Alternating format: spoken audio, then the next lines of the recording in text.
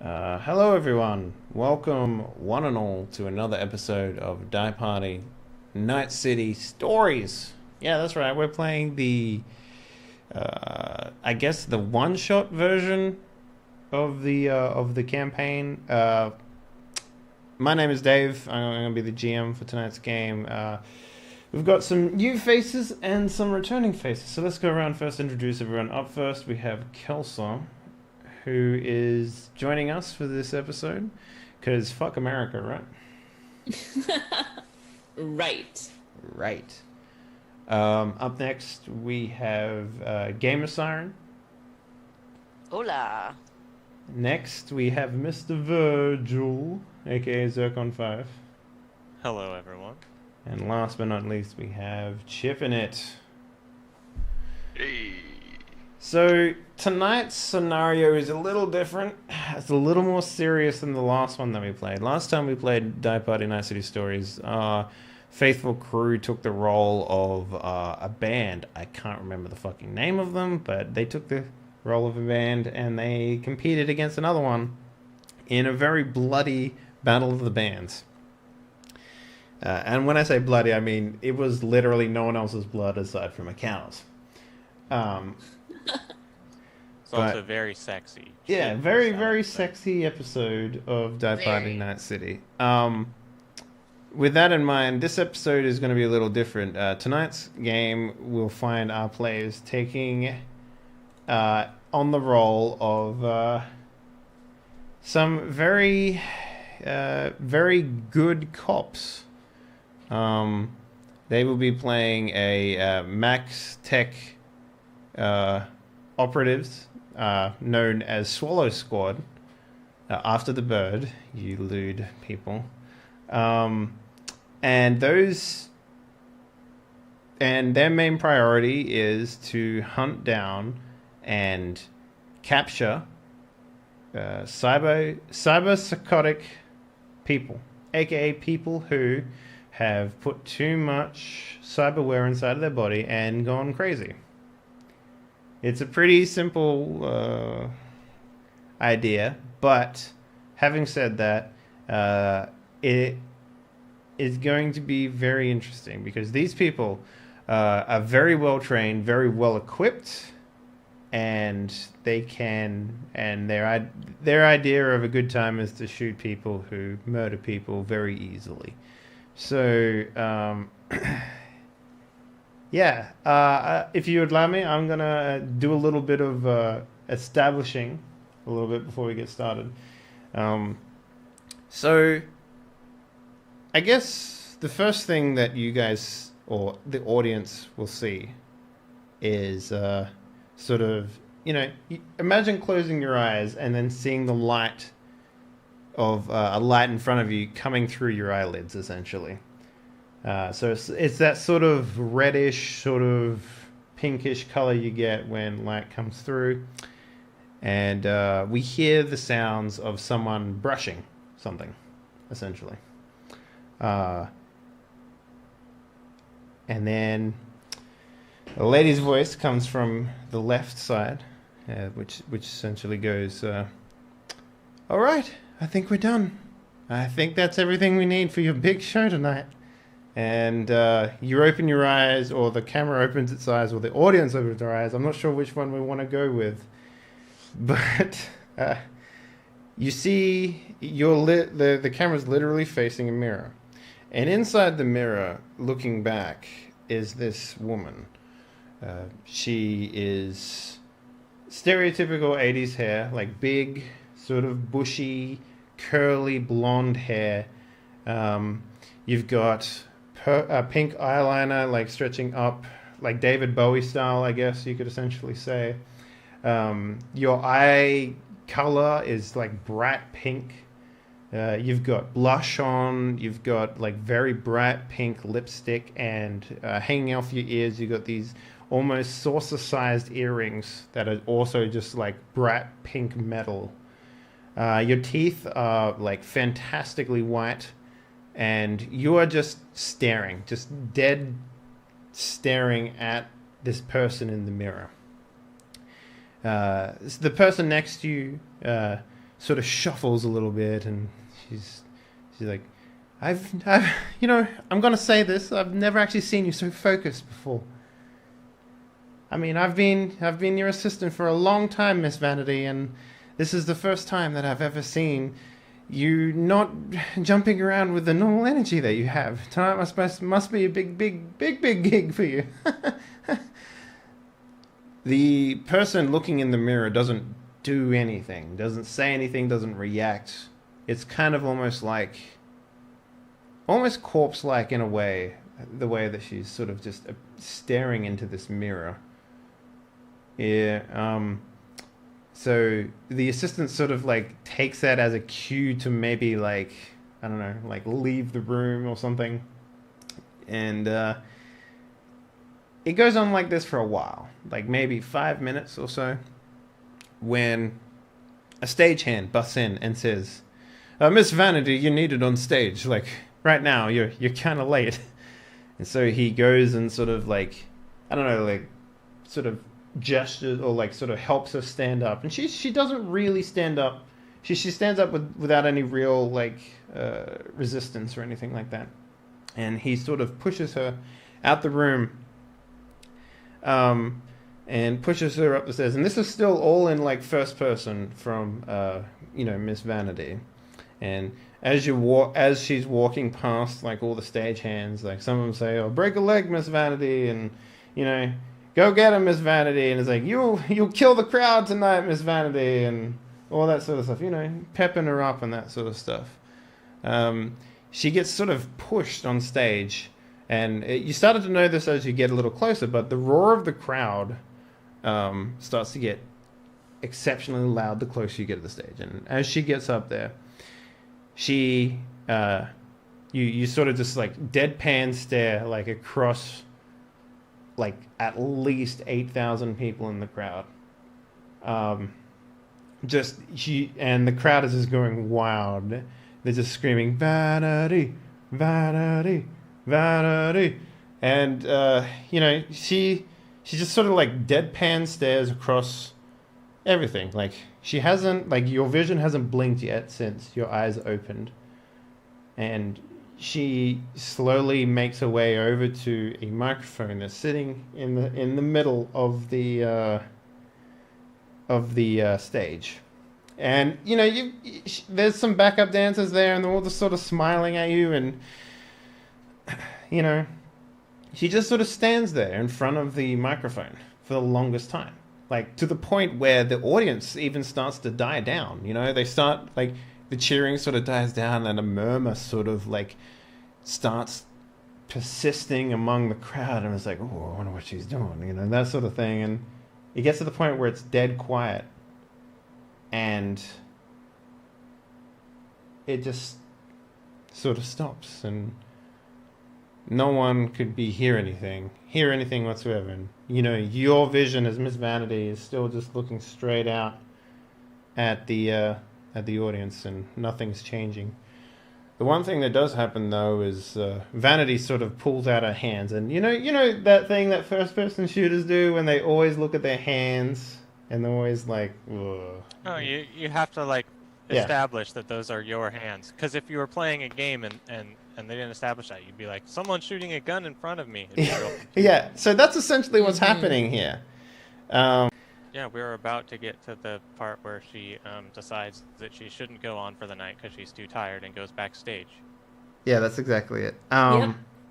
So anyway, she turns around and sees that her backup dancers have started dancing.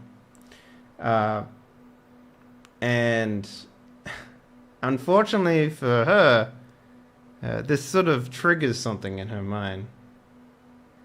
And she looks at her hands again, and she can see that the fake nails are starting to be pushed up out of her skin, and these, I guess you could call them like stiletto sort of like knives that sort of just pop out of each of her fingers. And this happens on all 4 of her hands, right?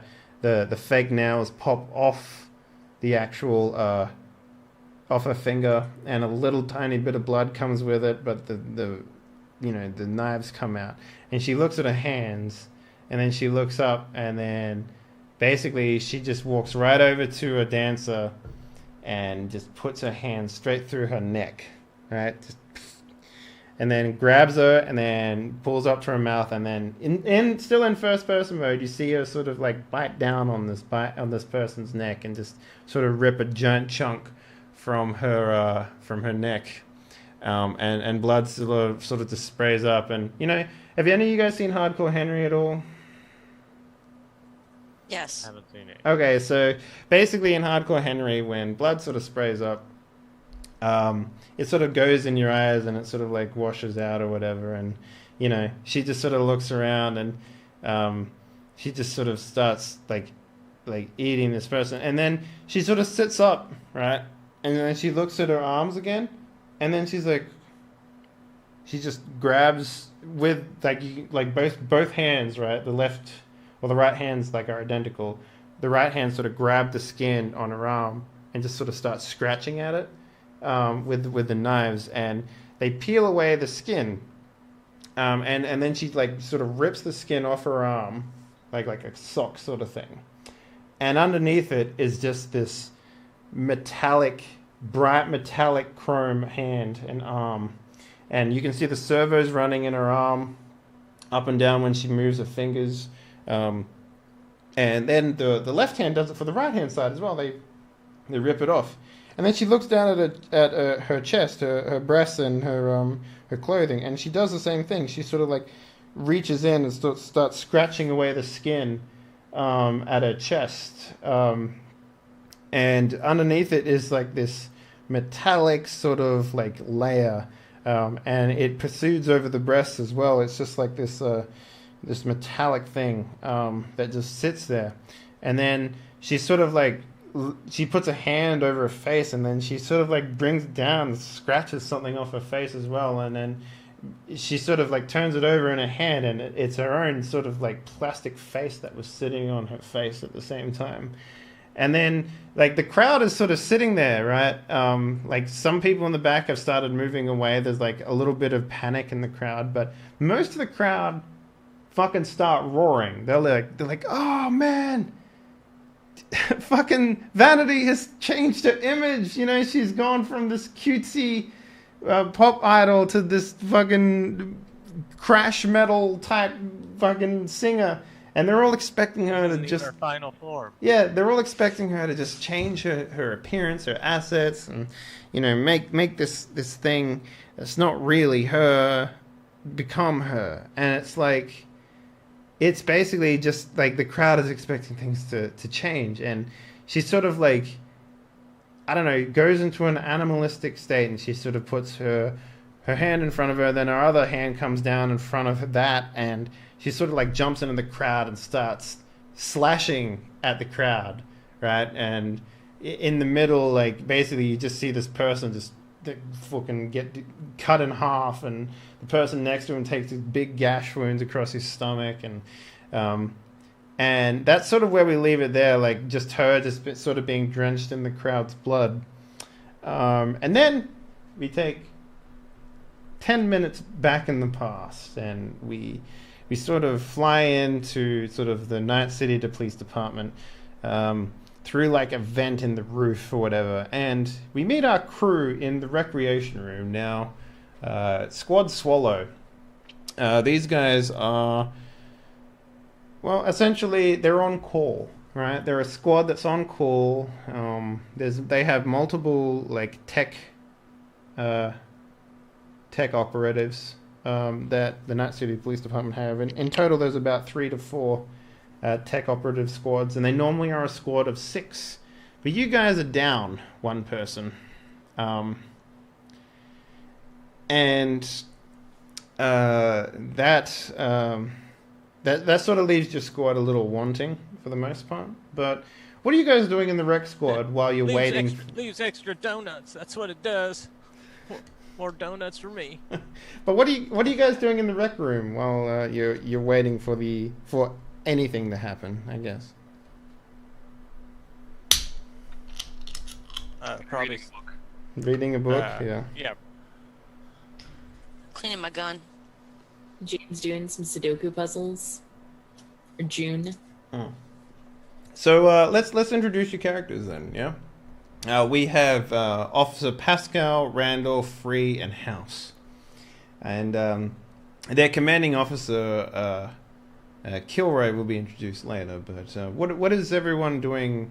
Like let's go around. Like Pascal, let's start with you. What does your character look like, and what is their role on the squad?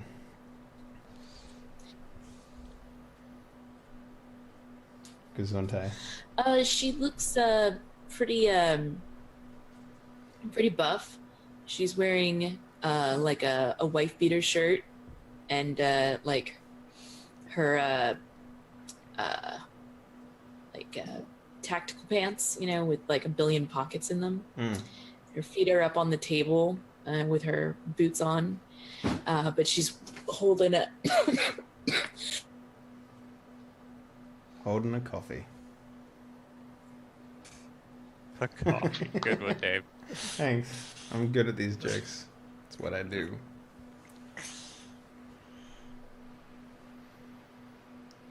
She's holding a Sudoku puzzle, and she's working on it.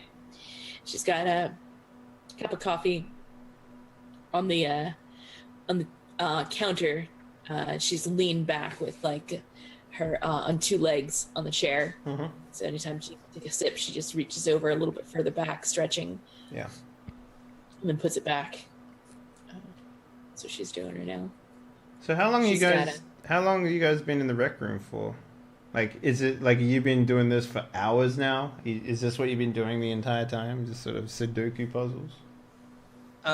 Yeah, I'm probably like reading a magazine, but just looking at the pictures mostly. Mm-hmm. I don't lie. We've gone out and we've gotten donuts before. You get hungry easily. Yeah. You know it. I'm probably complaining about the donuts. I swear these used to be bigger. Look how tiny this one is. You're always complaining about donuts. Always complaining they're too tiny. Don't you need to lose some weight there? Speaking about weight, let's talk about Randall. What does Randall look like?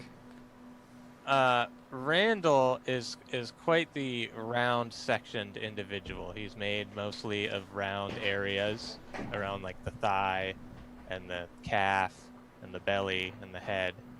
And there's not a lot of hair involved in any of that. Like a big pasty pale mess. Yeah, and he's you know, generally good-natured, but also gets irritable easily.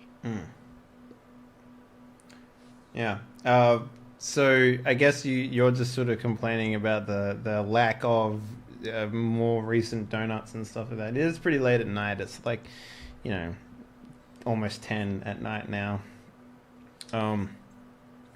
But what is Officer House doing? Right now, Officer House is sitting down reading a book. It's fan fiction that was written online. One of his favorite novelettes. He gets really into them. Ken doesn't understand most of the characters, but he's just been a fan of them ever since he was a kid. Is that just a sex thing for you? Like, what is that? Nah. He doesn't have much else going on in life, so he spends most of his life just watching TV, watching these animations, and reading stories that other people write about his favorite characters. Okay. It's mean. Yeah. He's living vicariously. Makes sense to me. Speaking about living vicariously, let's talk about the young and spirited Gen Free. Officer Free, what have you been doing? I've taken my gun apart 15 times, put it back together again. Sitting around waiting for some action to start. Last time in Space Nam, you know, we saw way more action than this. I'm just not used to sitting around all the time. So you're a vet then? Guns. Yeah. Space Nam was a tragedy, completely avoidable. Yeah, I'm a vet on the 2015. It's tragedy. Me and my crew of 16 were the only ones that were able to get out of the whole battalion. Took a. So you're a liar, essentially. Is that what that? You're like, whole battalion, like, yeah. For Officer Gen Free. Hero. You need to respect my authority, sir. Would you Jesus. mind cleaning your gun a little quieter? Some of us are trying to use our brains here. Do you know how much of my brain I have to use to clean this gun without killing everybody in this room? Quite a bit. More than your puzzles over there, my dear. How Your did... puzzles don't even go up to 2 digits. Can't be that hard. You two shut up. It's getting to the good part. What? How's your donut? Sakimura is about to express his love to this donut. Shit, you got me in a port, whatever your name is. Calm down. Wait a minute. You're the one that's getting all excited over there over some book stories. Don't tell me I'm excited. I know when I'm excited. I can tell you're excited. You got a mess all over the table. So the moment you say excited, the alarm that you guys have all been waiting for sort of starts to spring. It's like a woot, woot, woot, So Why mad. does, why does everyone get my name wrong? Fort's a very common name nowadays. woot, woot. Oh, All right.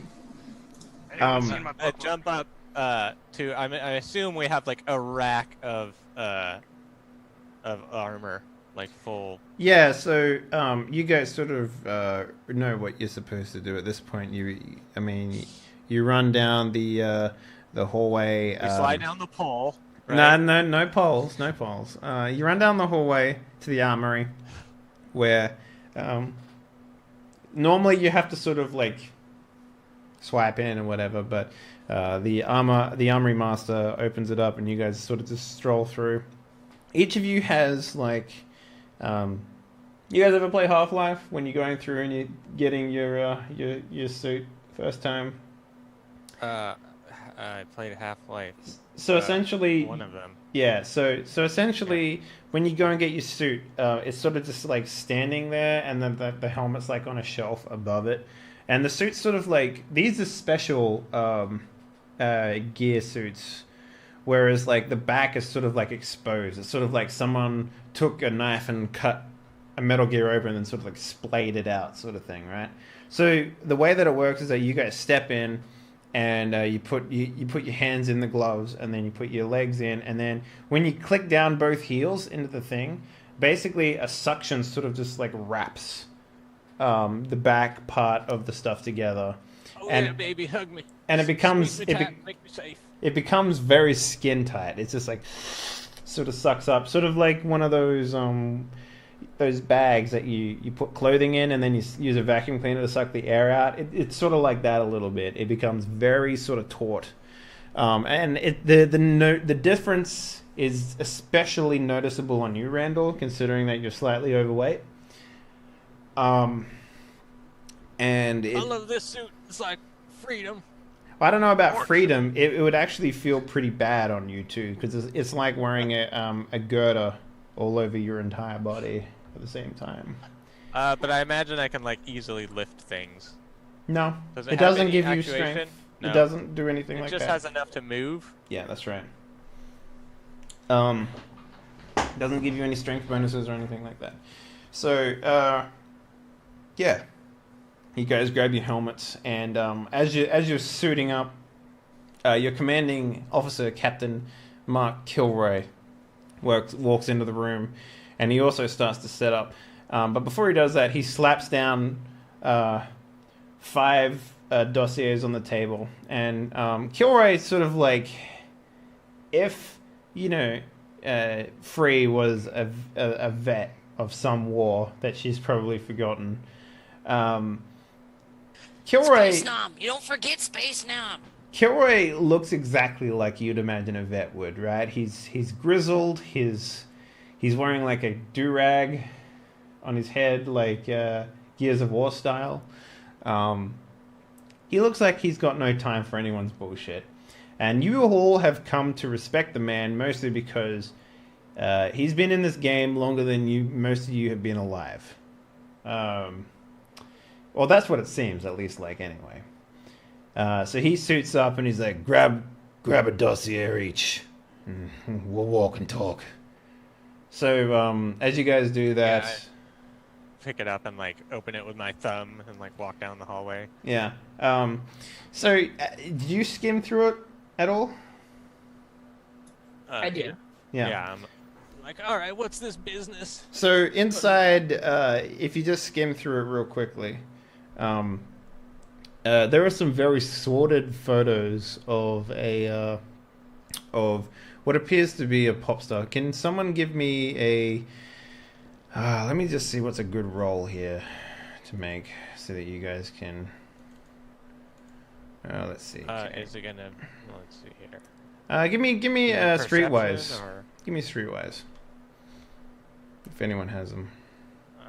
Let's see if Streetwise. Yeah, I do. Is Whoo, that fumble.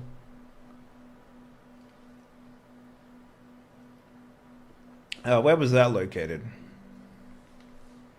Streetwise. Undercool. It's undercool? Okay. Yeah, so go to your cool skill and then hit. You're the only one that hasn't done it yet. There we go.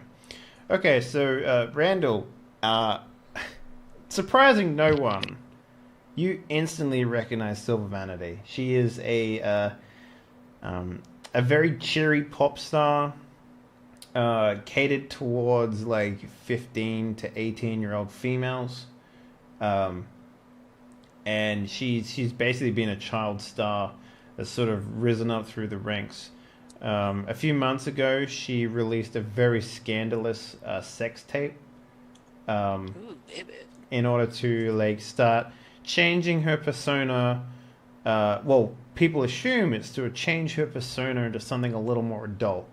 And it kind of worked because her next album sort of went platinum all over the west coast of America.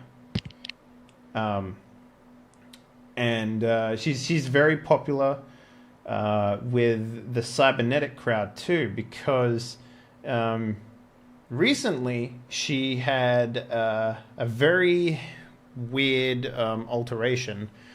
She got 2 more arms added to her back. And it's definitely one of the weirder cybernetic enhancements that you've had. She's had this for a couple years now. It's been part of her act for a long time now, but she reached, a lot of very cybernetically enhanced people sort of respect that. She's willing to go the extra mile. Now, the thing with her cyber attachments is that they all look extremely lifelike, right?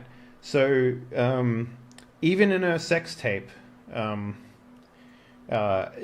basically Captain Kilroy notices that you're looking at this and he's like, yeah, that. Yeah, and I'm just like, oh, what do you know? This is Miss Vanity. She's that woman that's been poisoning the minds of the young women of this great land. I can't believe it. Looks like she's some kind of secret cyborg. Secret cyborg. She's extra 2 arms. Yeah, exactly right. So she's just kind of like. It's fascinating what you do with those arms. Did you see these photos? That's exactly what those photos are. They're basically stills of her sex tape, mostly because it's the most naked that they can find her.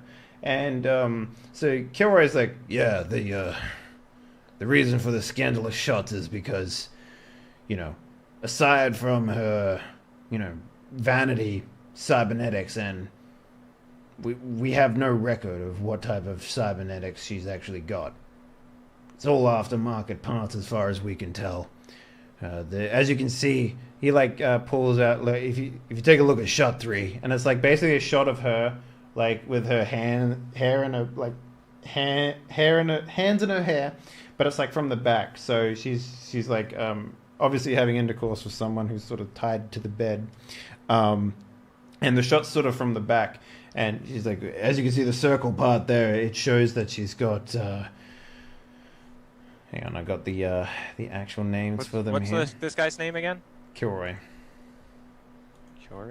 Kilroy? It's written there on one of the icons. You'll see it. Oh, yeah, it's all covered up by my... Yeah, so as you can see there, she's got a shoulder mount with 2 cybernetic arms coming out the back. We can at least verify that she has 2 cybernetic arms. Whether or not they're arms only at the base, or whether they're arms at the shoulder, or whether they're just, bio parts, we're not entirely sure. You're But telling me we have no idea how many cybernetic enhancements this crazy woman has had? No. All we know is that... what was that, Chip? I was saying, if she's ending up on our table. Can you put your microphone down a little bit better? She probably has a lot if she's ending up on our table. Well, that's a good assumption, sir. As you can... the reports from the 911 call state that she started eating her backup dancers. So I'm going to assume she has a metal mouth, but that's just me. Now, so as you're walking, like you guys walk over to like a VTOL that's on the roof, sort of thing, and you can see that Kilroy's picked up this like, I guess like a box or something like that, and he just sort of throws it in the back of the VTOL, and he walks up. Coming with us, sir. What's that? Is he coming with us? Yeah, no, you're all getting on the VTOL. Yeah. Okay, cool. And he starts to get strapped in, and he's just like, yeah, from what we've been given permission to use the slab as a way to remove this cyber psychotic. It's been a long time since we've used that bitch. It's gonna be fun, I tell you what. But maybe we should let Mort use it. You might lose a few pounds, sir. Well, that's the intention, at least, anyway. Now, on top of that, we've also been giving a robo-hound. Because we need to take this one alive. She's too much of a public figure. We need to send her off to the Netherlands to get some therapy. Now, Sir, normally... with all due respect, this seems like a highly dangerous target. I think we're dealing with something that could involve the lives of many people being lost if we don't take action properly. Yes. Are you saying we cannot kill this target? Well, we've been given orders not to, but if it comes to saving the lives of my crew members, I'm okay with that happening, but only in extreme circumstances. Understood, sir. Now, on top of that, there's also going to be a lot of civilian targets. This apparent amphitheater can hold at least 20,000 people. So we have no idea how many people is actually going to be there. Having said that, if any of them get in your way, you have permission to deal with them as ever you see fit. All right. Thank you, sir. Don't need to thank me for killing civvies. Now, on top of this, we're going to try and... as I said, we have to take this one to the Netherlands, which means we have to take her to the port. Now, normally, as you know, we would do the psychotherapy here in Nightcity, but this one's apparently a special case. So she's going to be taken off to one of those hoity-toity places over in the Netherlands. And when I say the Netherlands, I don't mean a code name, I mean actually the Netherlands. We're going to strap her into a ship and we're going to send her all the way to the goddamn fucking Netherlands.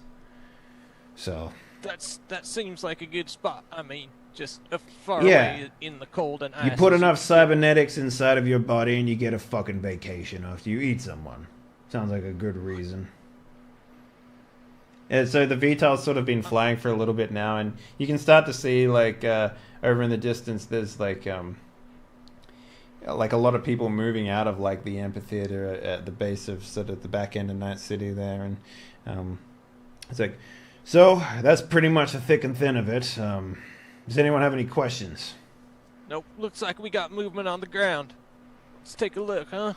The other thing, we've been given a crew weapon. Now, I know some of you don't like using them, but crew weapon is there. Now, just for everyone's vanity's sake, crew weapons require 2 people to fire. So, if you want to use it, 2 people have to set it up and fire it, essentially. I don't mind them teamwork, sir. Well, good. I'm glad one of you isn't out for glory. Yeah, it takes more than one. Anybody else want to volunteer for that squad? I'll take it. All right. 2 ladies That's a working good the woman. one gun. I can get down with that. At least some work will get done, sir. All So right. this is just me asking, do we all have the same weapons? So everyone has the same weapons now. the crew weapon is a special one, but you can choose between one or the other of the two bottom weapons. One is a rifle, essentially, and the other one is a shotgun. So you can make a choice on how you want to play, essentially. I think Bort Randall uses a shotgun. Let's see, weapons. So the weapons are a little different. The rifle, safe engagement range when it comes to fucking, cybernetics, but the Hurricane shotgun is armor piercing straight up. So, it'll be a lot easier to hit with the shotgun, but you have to get in close, essentially. Do we not have any armor piercing rounds loaded available for the sniper rifle? No, nothing like that. Okay. So, barely requisition anything these days. I mean, soon they're gonna stop giving us donuts. I think that'll be better for you. Because of all those donuts. I'd rather have the donuts. They're charging you for those donuts out of your paycheck, right? Look, everyone likes a self-pay I pull a trade. donut out of my pocket, and I'm like, these are taxpayer donuts. Makes them sweeter. Oh, I could just imagine what's in that pocket of yours. I just wanted to like kind of zoom in as he's doing that, and you just see like the really tight armor around him, and then you just see these like donut pop outs like in his different little pockets, like normally where people would have like grenades and stuff. Yeah, I like pop Donut. open a compartment. There we go. Oh, the sprinkles fell off. Damn. So the VTOL sort of comes in for a slight hover, and it never touches the ground.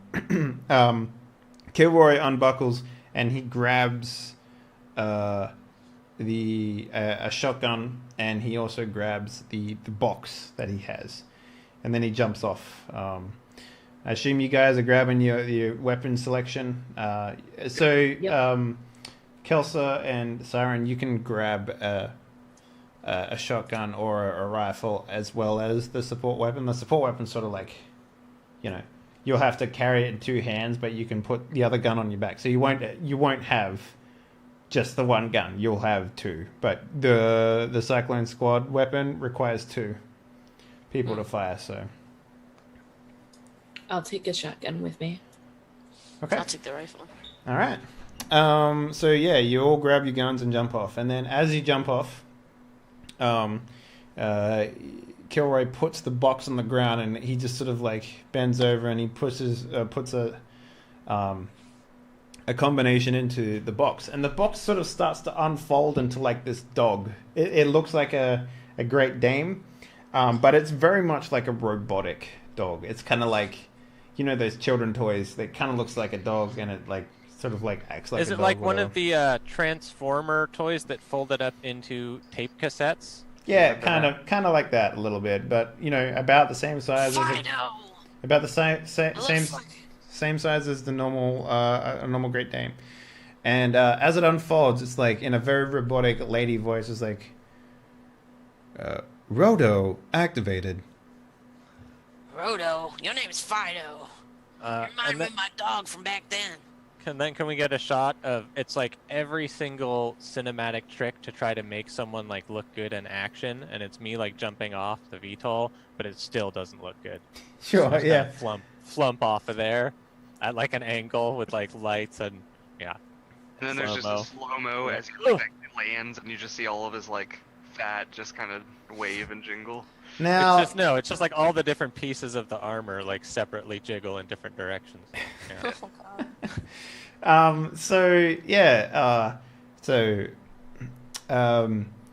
Kilroy sort of looks down at the dog and he says, Roto, dog behavior. And Roto's like, affirmative. And then the dog goes, Marp. And then it just sort of starts wagging its tail and acting like a dog. And then he says, Roto, heel. And then he just like the dog goes, Marp. And then it like comes in like next to him basically and just sits down.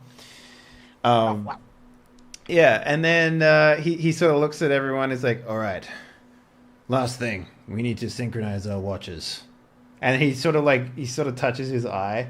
And now every single one of you has basically eye enhancement. So the Max Tech Squad, they are all very close to becoming cyberpsychotic themselves, right? Which is why you guys are very short with each other in a lot of cases, because the Nightcity Police Department is basically like, yeah, let's fight fire with fire. So if there are going to be cyberpsychotic people out there, let's make some cyber enhanced soldiers ourselves. So you guys are very close to becoming cyberpsychotic anyway, so whatever. So basically everyone, the moment he says that, he's like, okay, and sync. And then you all press like a little button on your eye, and then like you basically have like an overhead display of like mission time, and it starts counting up, right? So in a lot of cases, you guys will be using that to coordinate your attacks. So when, Kilroy will be like, okay, on 40, it means like on the 40-second mark, you guys will all open fire or whatever. That's sort of essentially how it will work. So yeah, what do you guys want to do? Okay, so is there panicked people just like running around still? Not really. Or no, not really. Really. It's kind of like, looks like it's kind of dead. And we are there's like, is there big doors? Yes, entrance, big like, doors. Yeah, doors and stuff. Yep. Yeah. There's also a lot of sort of you can see like a trail of blood coming out and all that sort of stuff. So it's definitely eerie. I'm like, Team Swallow, go nest formation, and I run up to like a some cover and like get my back behind it. Since I have a rifle, I'll probably be like center and have the rifle just kind of targeted on the door. So you I'm guys just gonna take a targeting stance. Yeah, you guys have a lot of squad synergy. So in a lot of cases you'll stick together, in a lot of cases you'll work together as well. Did we want to assign a point man out of everyone here? The one to go in first? Who's game for that? Probably be one of the two with the shotgun, but probably not the. It's gonna be I think Bort. Bort should go first. Yeah. He's one. He can take a few hits. Because Just took the short straw this time, Bort. Good luck. well, no, Kelsa and Gamer have the support weapon, which is range. I have a rifle and he has a shotgun. So. All right, I'm gonna run in. If you hear any fire, lay down some cover fire for me so I can find somewhere safe. So as a point man, you're basically just leading the crew. So everyone is keeping up with you. You're not separating at all. Kick, Yeah, I'm gonna run in and kick the door open though. Okay, well the door just swings open. Like you didn't need to kick it, but Thank God. Yeah. Yeah, at least you're not beating I check on the it. door first and then I kick it open to make sure I don't look stupid. No. And I rush in with like my shotgun at the ready. So Kilroy is next to you as well. So he's gonna come with you. He's sort of watching your six, and you guys are sort of making your way around corners and. Yeah, I'm doing the like back and forth sweep with my shotgun. Yeah. Doing the like low down stealth fast walk, right? Yep. So you guys make your way in, and there's as you get closer and closer to the main ceremony like hall, at least on the ground floor, you start to notice like there's like bloody handprints on the benches and like maybe on a sign. Like it looks like someone slipped over and then sort of stood up again, and there's basically just blood. Like the more blood sort of focused towards these doors or whatever as you get closer and closer to these things. All right, that's not strawberry jelly, people. Keep your eyes peeled. Yeah. Stop thinking of donuts, Bort. You're on point. So essentially as you guys sort of walk into this room, it's pretty much like you could sort of hear the sound of just sort of music appearing and coming down pretty heavily. Wait, I just want to make sure that I'm not. But it's the same music that Vanity has been playing for a while now. So it's like the doof doof. It's also like very sort of pop synthy, I guess would be the right word, and it's essentially just like it makes it very hard to hear sort of thing. But as you walk in, the room is sort of like the front end of it, at least, right? It's a very big stadium, and the front end of it is sort of littered with corpses, and there's this blood just sort of everywhere. And in the middle of it is just Vanity, right? The spotlight is sort of still on her, and she's just sort of sitting there. She's just sort of kneeling back and just sort of looking up at the roof. And as you guys get closer, you notice that basically she's almost 100% naked now, and like from her neck down is just completely, like, her skin is completely torn open. Gone. And well, it's not gone, but it's kind of like imagine Terminator if you shot him with a shotgun, sort of thing, right? Mm-hmm. It kind of looks like that a little bit. And she's just sort of like, it's skin weave essentially, right? That's what you're looking at here. Like the skin has sort of been ripped off, but the skin is still there. It's just metallic underneath. All right. Well, I'm talking her down already. You want to like go as we approach, and I'm just gonna like, start. I'm like, easy. sir, ma'am, please, we'd like you to remain still. Do not move. We are here to help you. Are you okay? Pascal motions to Jen. Gen Free to follow her around, and we circle around the side to set up the gun in case this doesn't work. Okay, yeah. I'm doing the for some reason I have my hand way out in front of me, like. Yeah, and I'm gonna find some cover and then start aiming for however many rounds you want to count for that. Yeah, okay. So let's take a look here. Is there okay. You all have expert. It's under the intelligence skills. So both Siren and Kelsa, give me an expert roll. Now, your expert roll refers to police tactics in this case. So, you know, in this case we're going to be getting you to set up a gun essentially.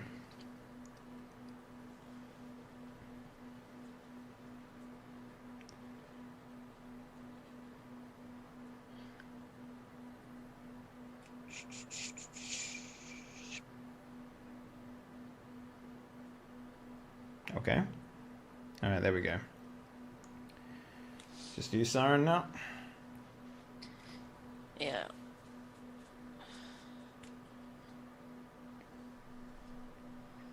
Un momento.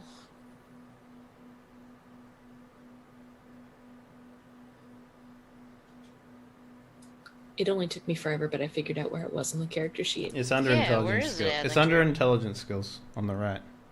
Oh, okay. The Yeah, right yeah, yeah. hand. Okay, I see it. Okay. Yeah. You Right. both take up. You both basically mount the bipod on the ground to the right of the stage. Yeah.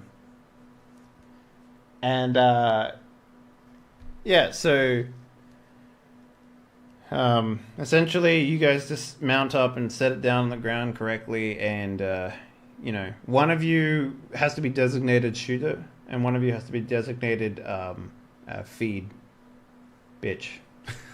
I guess one person feeds the machine, and the other one sort of shoots it. Yeah. So you can decide You're amongst dying, yourself. Dave. Yeah, you're Can you hear dying, me? Dave. No, I'm fine. I can hear you fine.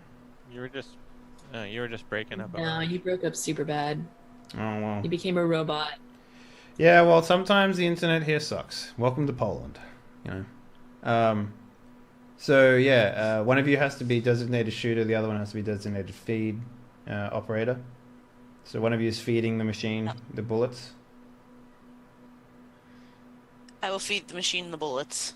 Okay. I will shoot things. Pow pow. All right. Okay. So I guess that's leaves us to Chip, your character, Officer House. Where are you setting up your rifle?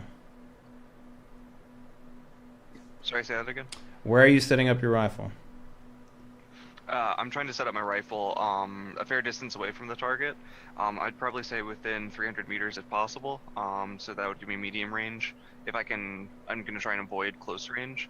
And I just want to be behind some cover if possible. Maybe, like, you know how, like, some Is it like wall things, like separators? There's nothing like that on the ground floor. Is it like stands and then the giant dance floor area and then the stage? No, the whole bottom floor is just open. Standing room. Okay. Yeah. But you said that there's a second floor? There is, but you would have to leave the room to get to it. Do you know how long it, is there a way that I could roll something? It's to not. estimate how It's long not. It's like a. It's not like a. It's like an amphitheater sort of thing, yeah. Yeah. So the second Okay, floor is all seating and stuff, and bottom floor is whatever. Alright, so yeah, I guess I would just take a knee and start to aim. I mean, you can go prone if you want. Okay, yeah, I'll do that. If I, is there a lot of, like, rubble, or, like, just refuse on the ground? No. This far back, 300 meters back, there's not even any corpses. There'd be a bit of blood, but that's about it. Okay, yeah, I'd probably, go prone, take aim. Mm-hmm. Alright.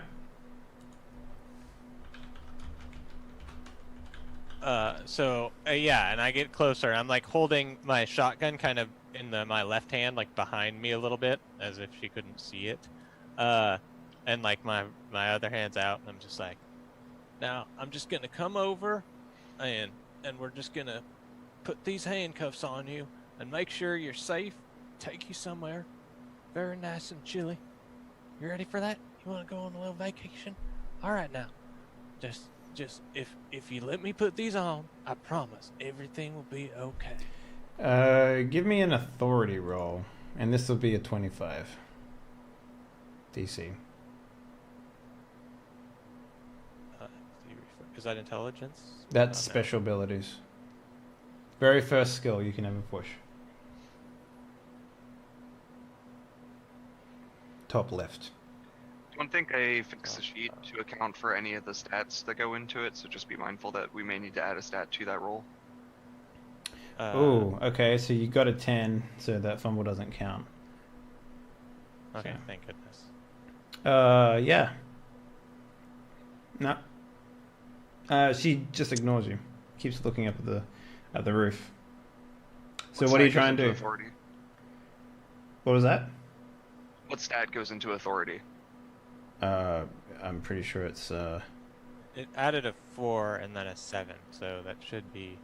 Did I do it 7 correctly? would be like So it'd be my like cool. 7 would be cool. Yeah. That's my only 7, so... Cool. Alright, so it works. Yeah. So what do you try and do? She's ignoring Yeah, you. I mean, she ignores me, so I take that as, you know, that she's just, you know, maybe comatose or something. So I go to try to, like, take her... Oh god, she has 4 arms. Yeah. I'll just go with one set at a time. I'll go for the top set, and I'll just try to, like, handcuff her, Okay. like, quickly. Give me an initiative roll. Excellent. That's on the first page, right? Yeah. Damn. Initiative. So if you could just click your, I think if you click your character icon and then do initiative, it should. Oh, it'll go up on the table? Yeah. Did I appear on the table? You did. Yeah. Oh, yeah, I did. So I had a 17. And mine should have been a 15, 15. but it doesn't really matter. Yeah, that's what I first rolled. You can just change it. There you go. That worked. So I didn't realize I could also change yours until just now, but that means you could just totally fuck up someone's turn order. yeah, during well, a big don't battle. do that. So we're missing Siren. There we go. Wow, crushed it. All right, so as the feed operator, you can go first in this I situation. load the gun. Nice. That's probably the better way to go. You go, then immediately she goes. Okay, yeah. So basically, you pull out the feed and you start to sort of like basically you have to like rip open a box and you start to feed in the thing. And the idea is that you want to spray it out a little bit and you want to help lift it and put it into the machine as you're doing it. Right. So, you sort of help it in, and then maybe you cock the rifle or whatever while it, like, Pascal's, like, taking aim or whatever. So, Pascal, it's your turn. What are you doing in this turn? So, there's a couple things you can do. You can take aim, which will give you a bonus for every round that you do it. You get a +2 to hit. Okay. I'm going to take aim then. I think that it's not time to open fire yet, so I think take aim is definitely my best bet. Okay. Bort, you're up. So you try and put this thing on her. So that's going to be like a grapple check, essentially. Ooh, okay. Let's do some grappling. Let's do some grappling. Wrestling? Yeah? No, not wrestling. No? No. Where's grappling? So it's not a roll that you brawling? make. Hang on, let me just. Grapple is. I think it's a brawl skill. Not one of the special. Aim is a +1, not a +2, and you can do it up to 3 rounds. So. Oh, it's a brawl roll. Grapple is a brawl, yeah. Okay, come here, I got you. So you got a 21? 21. So she is going to combat that with a dodge, and that's the DC that's going to be there. 21, okay. Dodge. She's crazy. Yeah, so you successfully clap it on one hand, essentially, right? So you just like... Excellent. So yeah, what's is that all you want to do? I mean, you can sort of try and move, essentially. Try to get behind her, maybe. Yeah, I'll make sure that I'm not in the friendly fire, like direct friendly fire. Okay, so you go to the left of her, I guess. Yeah. Yeah. Okay. Yeah, I'll just cut around the left so that other people have a shot if she starts. And what? This is important. What exactly are you hanging on to? Well, I got the cuffs like in one hand because that's around like her wrist. So you're just hanging on to the other side of the cuffs? And then I'm grabbing for her other hand to try to pull it. So you put it on her. Did you put it on her right, and then you drag it towards the front of her and try and put it on her left hand? Is that what you're trying to do? No. I want to pull it around the back so that I'm behind her, holding, the cuffed hand and reaching to grab the other hand. Okay. All right. And ignoring the other two hands. This is much more difficult. They never trained us for this. This is near impossible. So on the back, How come we don't get this many arms? No, they totally trained you for this. On the back, you start to notice that you do notice that her arm is like jointed with this like. Now I can't remember. Do you guys have any skills for? Let me just check. Sorry, Corey. I'm just gonna swap you and dude around here. Got like awareness notice, and that's about it for the Yeah, I'm just trying to see if you have any understanding of cyber tech stuff. I have none. Okay, yeah, you don't. So you don't notice what's going on here. So basically, Silver Vanity, like the moment you clap it on and start walking around, she basically, one of the arms that's connected to this like shoulder pad that she has, that's just, it's sort of, imagine her shoulder blade, and then underneath it is like this like, sort of like what you like an L thing for pipes. Mm-hmm. Except L. I don't know what it's angle. called. Like, yeah, an L angle. Yeah, so elbow tube or whatever. Yeah. Except it's like got like metal cables running out of the thing, and from what you know, that sort of connects to a spine, like nervous system, whatever. But it's got this sort of like revolving disc on it, and what that means is that her arm literally just fucking bends over backwards and then like goes to fucking stab you, in the side. So got a rotor on this thing. Oh god. So what I need from you, so basically it's twofold. Like she sort of like reacts. She starts like, she sort of just like looks at you, and then she's like, "You're a handsome one," and then like fucking her arm reaches around and tries to like gut you in the side there. So what I need from you is like either a melee, a dodge, or an athletics if you have it. And you're a little hussy who's roaring in the moral convictions of the young women in this country. You're under arrest. What was my... Dodge, melee, or athletics? Let's see here. Oh, I'll go for athletics. Dodge out of the way. Oh, dear. Uh-oh. Uh-oh. That's a fumble. A 2 on the, what is it? Reflex? Which is no fumble, you just make an idiot of yourself, which is perfect for your character, I suppose. She probably like hits one of the vest pockets that has a bunch of donuts in it. You just see like instead of like cutting him or anything, you just see powdered sugar. It's super anime like spray of powdered donuts. Sugar. Powdered Donuts and jelly and strawberry jelly. I've been hit. I was gonna Donut eat down.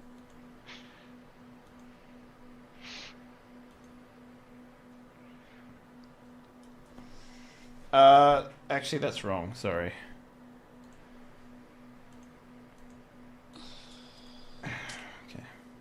All right. So, because her rippers have armor piercing, basically you try and dodge out the way, and then maybe you sort of get caught on something. But essentially, her hand revolves around and just sort of jabs right into your side. And it's one of those weird things where you look down at the suit, and the suit sort of like colors red as it jabs you in the side. And then like her second hand sort of comes down and does the same thing and just like jabs you in the side. And it's like, and you're just like, fuck. And then the third hand comes around and jabs you in the side as well. And you're just like basically you've just been pincushioned by this thing. Yeah. I like touch the blood and I'm like, that's not strawberry jelly. So then she like sort of pulls it out and releases you, sort of thing. And at this point, you're still grabbing onto one of her hands via the handcuff. Right, I'm like half collapsed. I'm holding myself up by that probably. So if you could that's please, a mortal 0 wound, right? No, that's 4 damage. So that'll be so you max out on your light wounds essentially. So if you could just mark that down. Oh, okay. I see. I got it. Yeah. Maxed out on light. Okay. Mm-hmm. So at that point, she sort of stands up and then she starts to look around the room and she's like, all I wanted to do was to make people happy. And the more she starts talking, the more her sort of voice starts to like auto-tune itself, essentially. And her eyes start to change colors rapidly. Like it was pink before, but now it's like swapping between the entire color spectrum at an alarming rate. And it sort of just starts to look like a blur to anyone who's looking. Corey, you're up. You've already got a +1 to your aim. If you wanted to have another round of aiming, you can. No, I'll just take that +1. And so I'll attack. Okay, go ahead.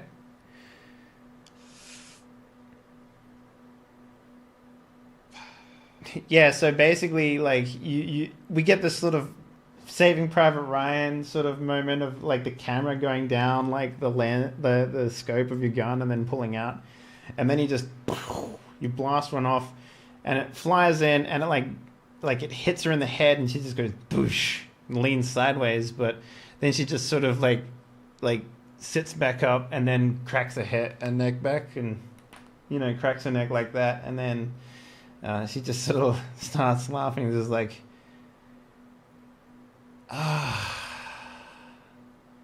you could do better. And then she just starts laughing. She's just cackling. All right. All the while going up and down the octaves. It's actually kind of impressive, but, God, I only have 6 rounds for this? Yeah. She's using auto-tune. She's not even talented. Shoot her! All right, so Jen. Well, no, I was taking another shot. How you doing 2 shots? Can't... Oh, no, it's only rate of fire 1. Okay, Yeah. never mind. Mm-hmm. Alright. So Jen, you're up. Pascal, make sure you make these shots count, okay? And I'm like holding up the ammo to go in. This is she's crazy. She's scary crazy. Don't worry. I've got this. Call her crazy. All right. Since you loaded the gun, I'll let you divert your turn after Pascal's now if you want to help feed. If you wanted to do that. And also, It would still work out, right? Yeah, it I would. feed and then she shoots. Yeah. fine. Okay. Yeah, it's better this way. So Pascal, you're up. What are you doing? You're just unloading the lead. Yep. So the squad support weapon can fire 35 bullets every 6 seconds, which is 1 turn, essentially. it's a lot. Yeah. So just remind me again, how do I fire all 35 bullets at this bitch? So essentially, you just click the green button and put target 1. Okay. Yep. Got this. Okay, so yeah, 35 rounds per target. Now hit the blue one Okay. and put in 10, and then hit the blue one again, hit 10, hit the blue one again, hit 10, and then hit the blue one. But you got to The +1 in the modifier? yes, you'll get a Or should plus. that have been You get a +1. +2. She was only aiming for 1 turn because it takes 1 turn to set up. So Doesn't she get +1 for the feeding or something? no, it actually It just takes 2 people to operate. Yeah. Yeah. Okay. It'll So allow us how far away did you set up? Yeah, you're within close range for sure.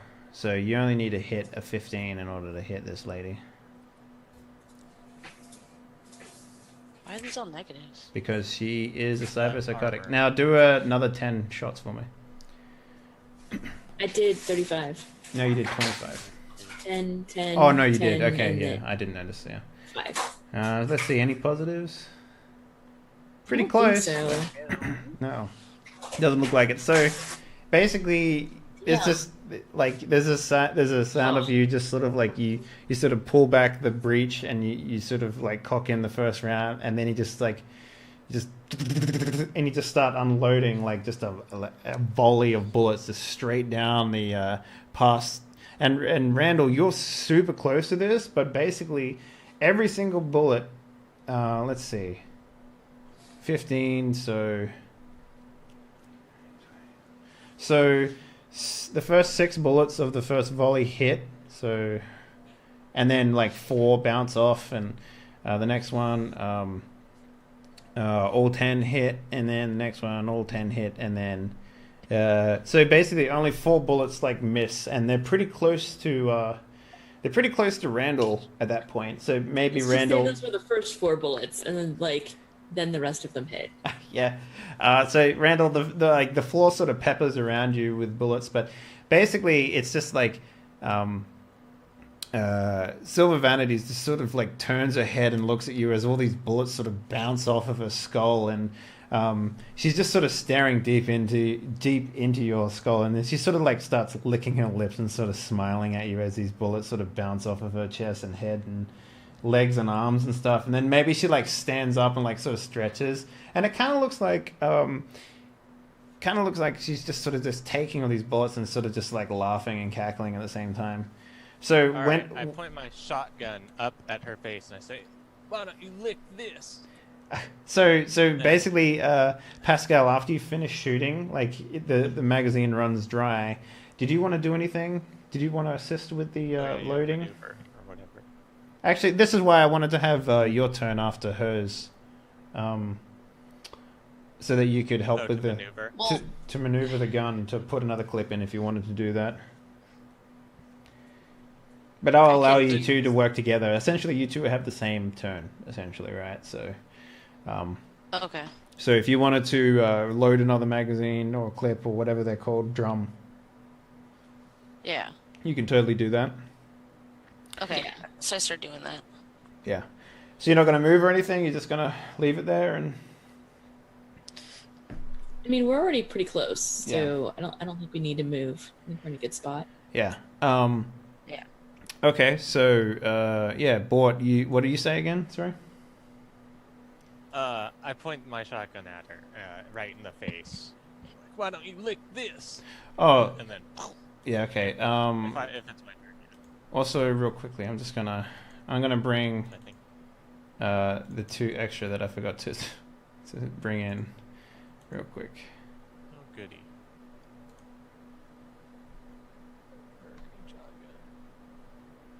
Alright, so we'll make... No, I can actually click on one of these things.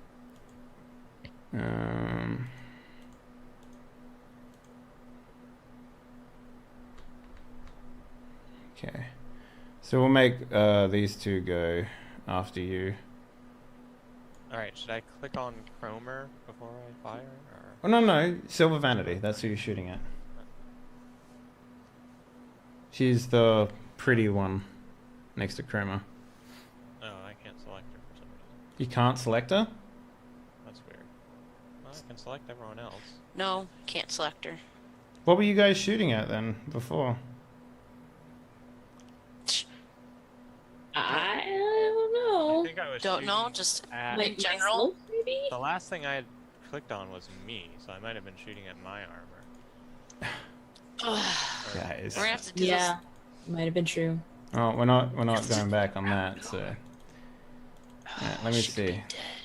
Nah, she wouldn't be dead. I don't think so. Yeah, Okay. Let's not assume things would be better. Alright, so now you should be able to click on her, guys. So... Boom. Alright. Shotgun time. Targeted single shot. I clicked, but it doesn't seem to. There we go. APES. Yeah, just turn on yes for that. Oh, still? Yeah, man, she has like a shitload of armor because she's cyberpsychotic. So, yeah. So basically, it just sort of like, yeah. I just Terminator her in the face. And So this shotgun, it fires two chambers at the same time. It's like the Half-Life 2 shotgun when you right click, just fires both barrels at the same time. So you only have 20 bullets cartridges for this thing, but it fires 2 at a time. So essentially, you only have 10. All right. So 10 rounds. yeah. Shooting. So yeah, basically, do you let go of the cuff? At this point, I am. I've seen her take all that stuff. I'm hoping that she'd get disabled, so I'm gonna hold on to the cuff still. Okay. Yeah. So you just one hand this thing, like maybe put it up against her and just. Yeah. And yeah, nothing happens. Maybe just like frown a little bit. Yeah. Yeah, he's just like, oh shit. So with that in mind, Captain Mark just sort of, he's been sitting back the entire time and he's just like, Roto. Yeah. Go to Officer Randall. And Roto's like, Rip. And then just like basically Roto just sort of sprints up to you. So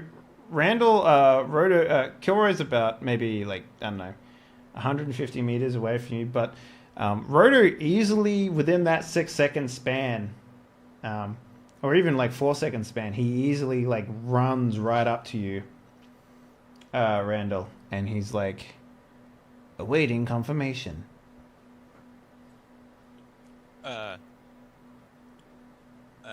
Yeah, and I'm just like, sick him, and point. So I'll give you the exact commands that you can give to this dog. So these are the commands. That you can give to Roto. Okay, yeah, no, I'll be like, target restrain.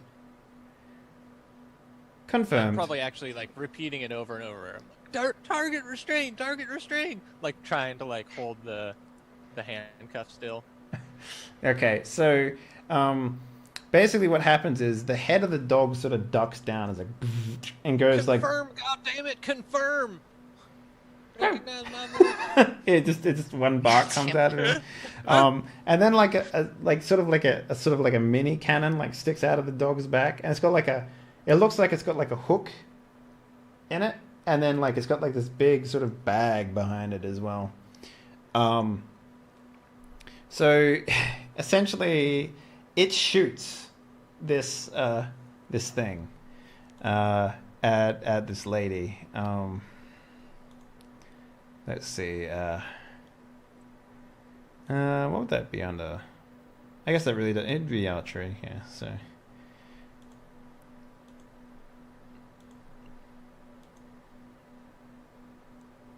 Okay, lucky. It almost missed. So basically, it shoots this like razor wire net. It's basically a net made out of razor wire. Yeah, it's fucked up, right? It's imagine that for a second. Imagine being stuck in a net that's literally cutting you every time you move. That's essentially what this is, and the dog sort of shoots. Now she gets to make a dodge roll of. She has to pass on 19 essentially to try and not get attacked by this thing. Can she get a -1 since I'm trying to hold her? She can. Yes. Place? She can get a -1 since you're holding one of her many arms. -1. Hey, all right.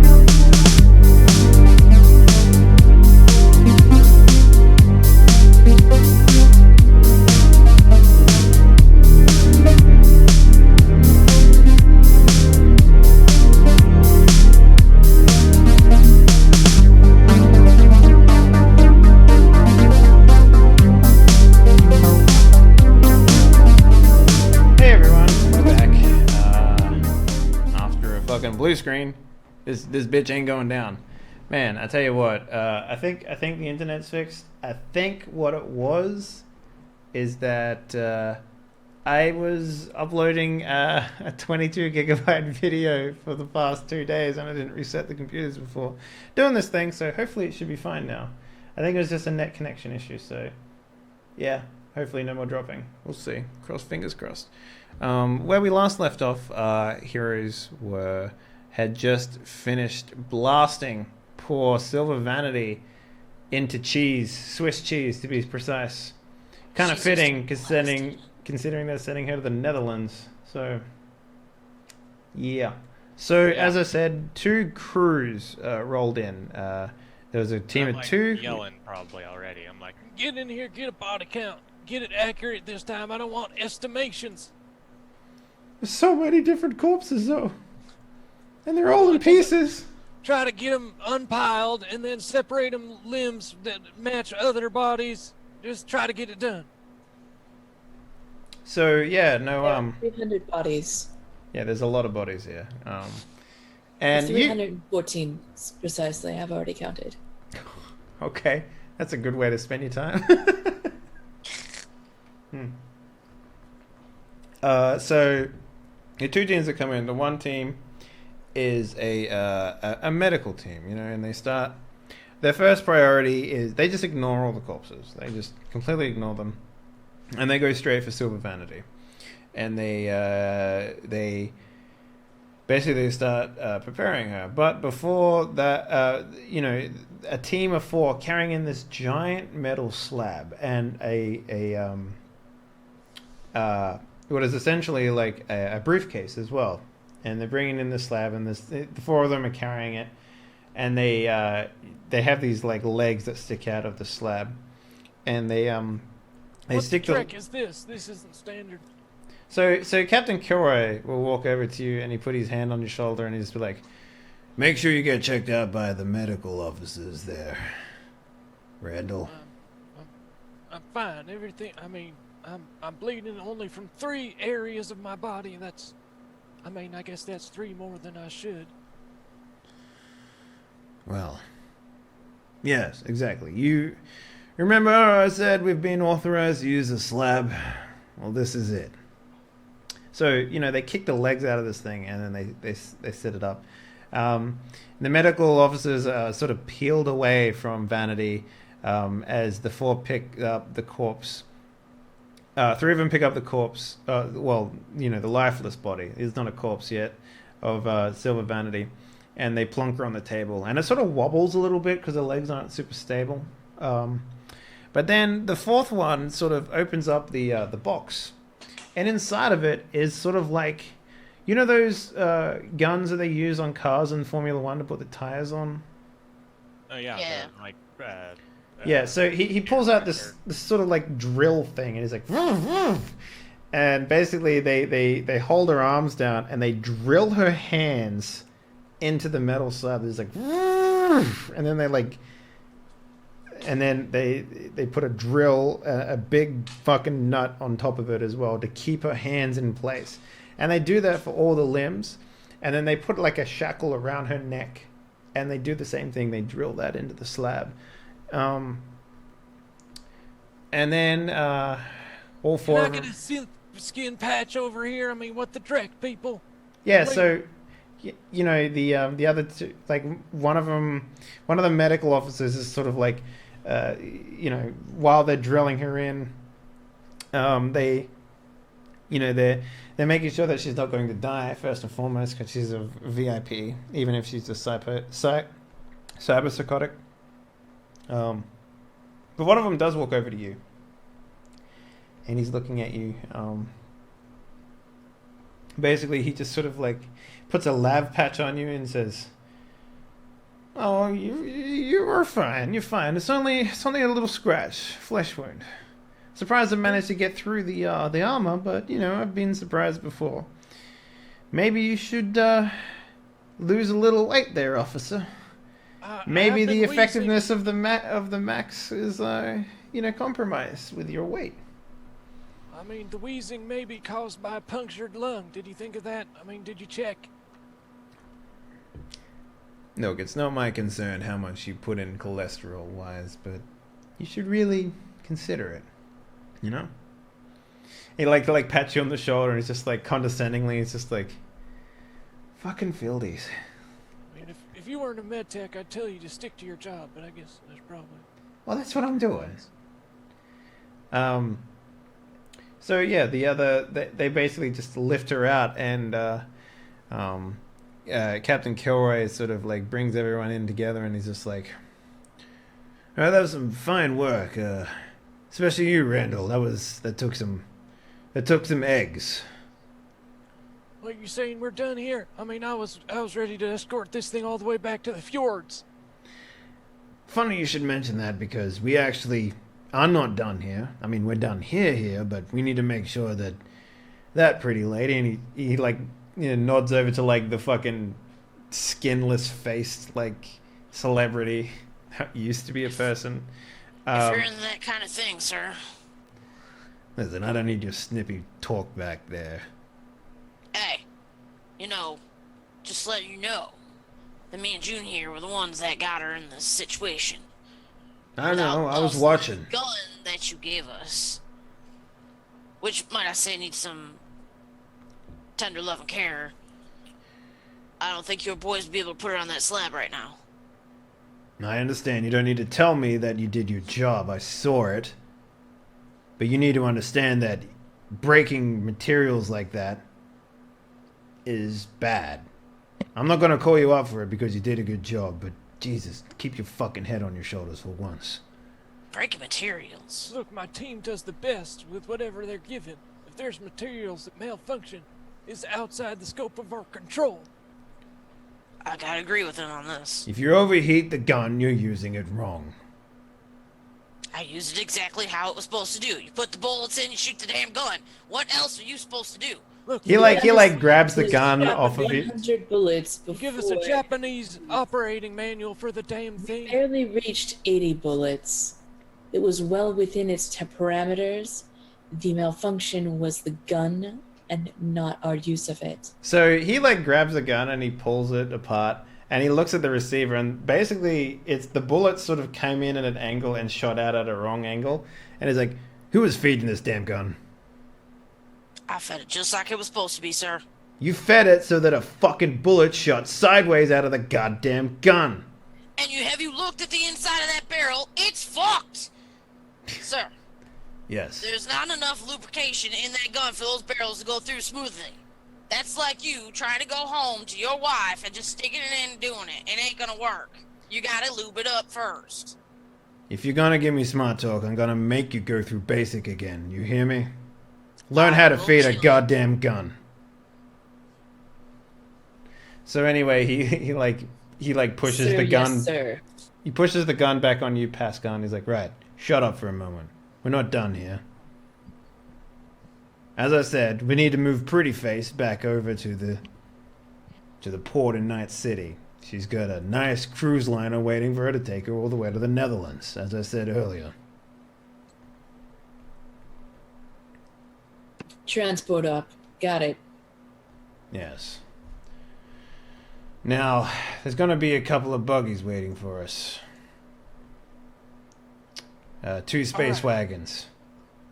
Now, I know that those things can only seat 3 of us with someone in the back. And one of them has to hold our dear friend. So I'm going to leave it up to you guys to decide who sits where. And honestly, I don't really care who goes what. And then he looks back at Robo and he's like, Robo, heel. And Robo's like, Meow. And it just walks right up to him. And at this point, it's finished winding in the net that it shot. And then he's just deform. And it sort of just plunks down on its belly and just its legs roll up into itself and its head tucks away. And then he just picks it up like a briefcase and he starts walking out. It's kind of cute when it does that. It's like a little doggy curling up.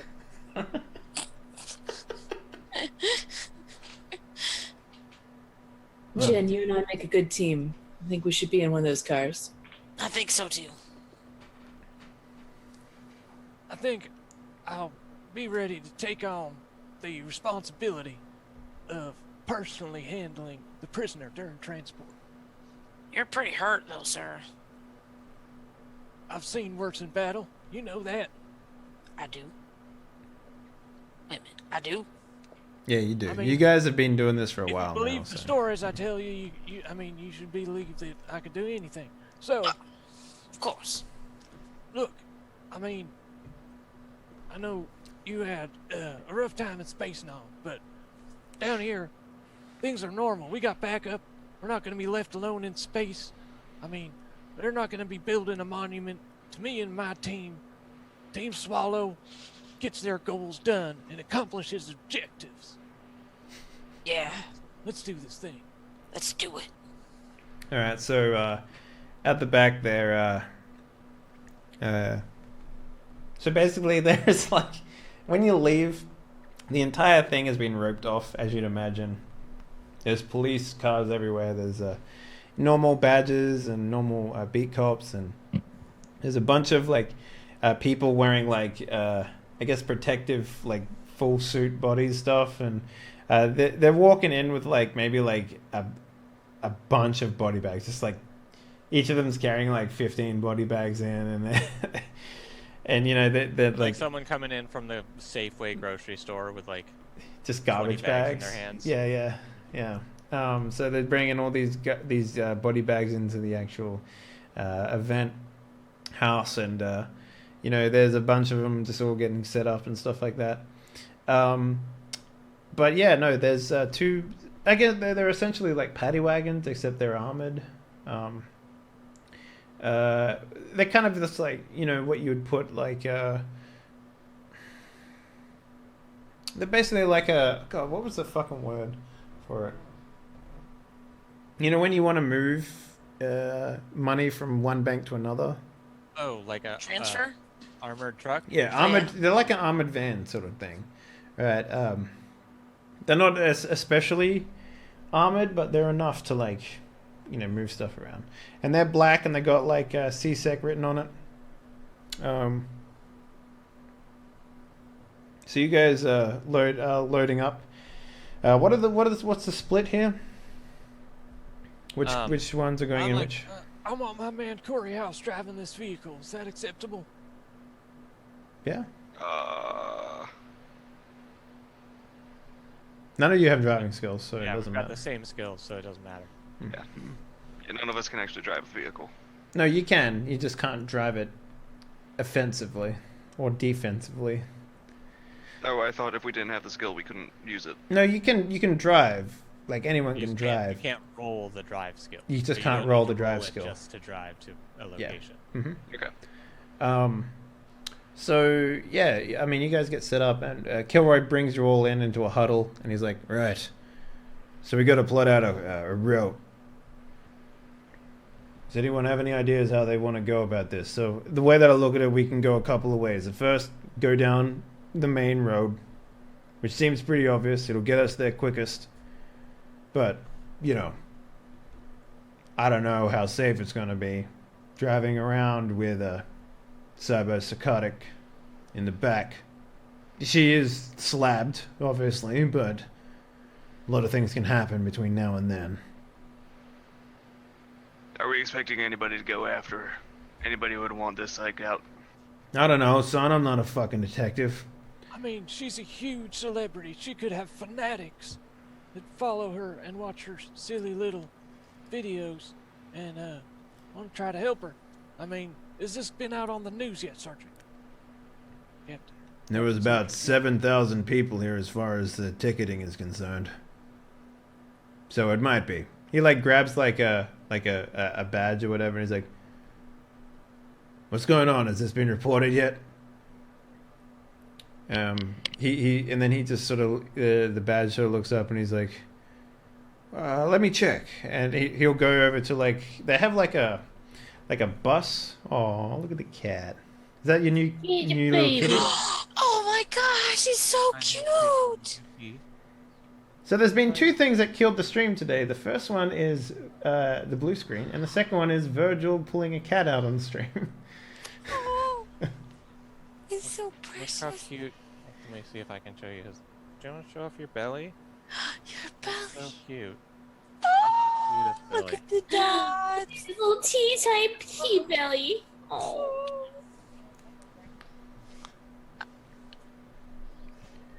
We There we done? go. Yeah. Stop pussyfooting That was around. important. Happy You look like a little Independence Day, gremlin. everyone. So cute. So Alright, so I'm just like, Look, let me tell you right now, Corey House is the best driver within arm's reach. I have full confidence that he will be able to make it down Main Street. It is the quickest route, and that's the one we'll take. Look, we have to assume that there's going to be somewhat of an outreach to this. Is it possible to get the normal sec involved in this? Get some barricades off so we can get a clear route to destination. And back up if need be. how long do you want to wait? I mean, we can wait all Say fucking 5 day, and then we can get an armed escort. That's going to be obvious as hell that something's going down. And the longer we wait, the longer it takes for whatever threats are going to get organized, if you reckon there is going to be any. I mean, this is black market stuff. There could be people that installed this that need the technology back, and they would be striking hard and fast. And we should get moving immediately. Yeah, Is there those... no way we can requisition a VTOL for this? Well, I mean, that slab right there is incredibly heavy. There's a reason we're not flying it over. No, I mean a VTOL for surveillance to give us an open feed of what's going on around us.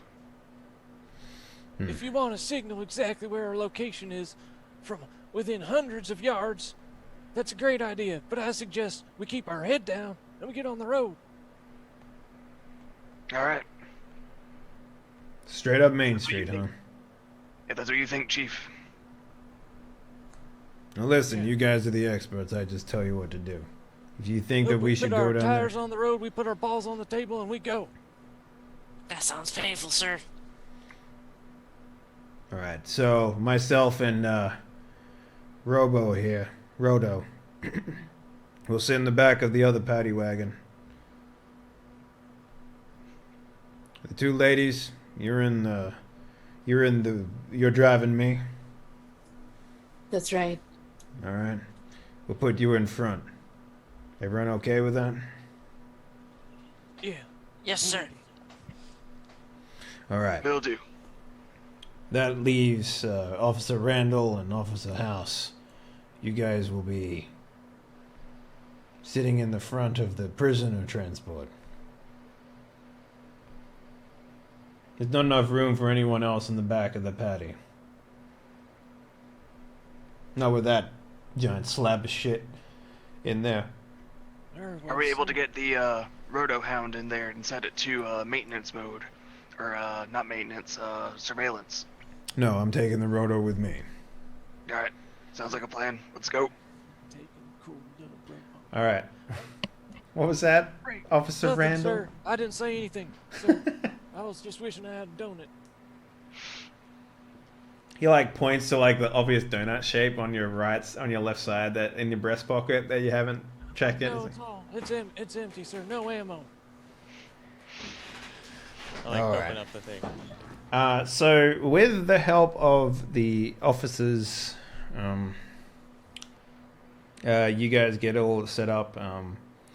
You don't have a crew weapon anymore, but each of you does have weapons that you can use if something does go down. Yes. So you start to drive off down Main Street, I guess. Yeah. Um, And I'm just like holding my shotgun. yeah. So who's driving the other bus?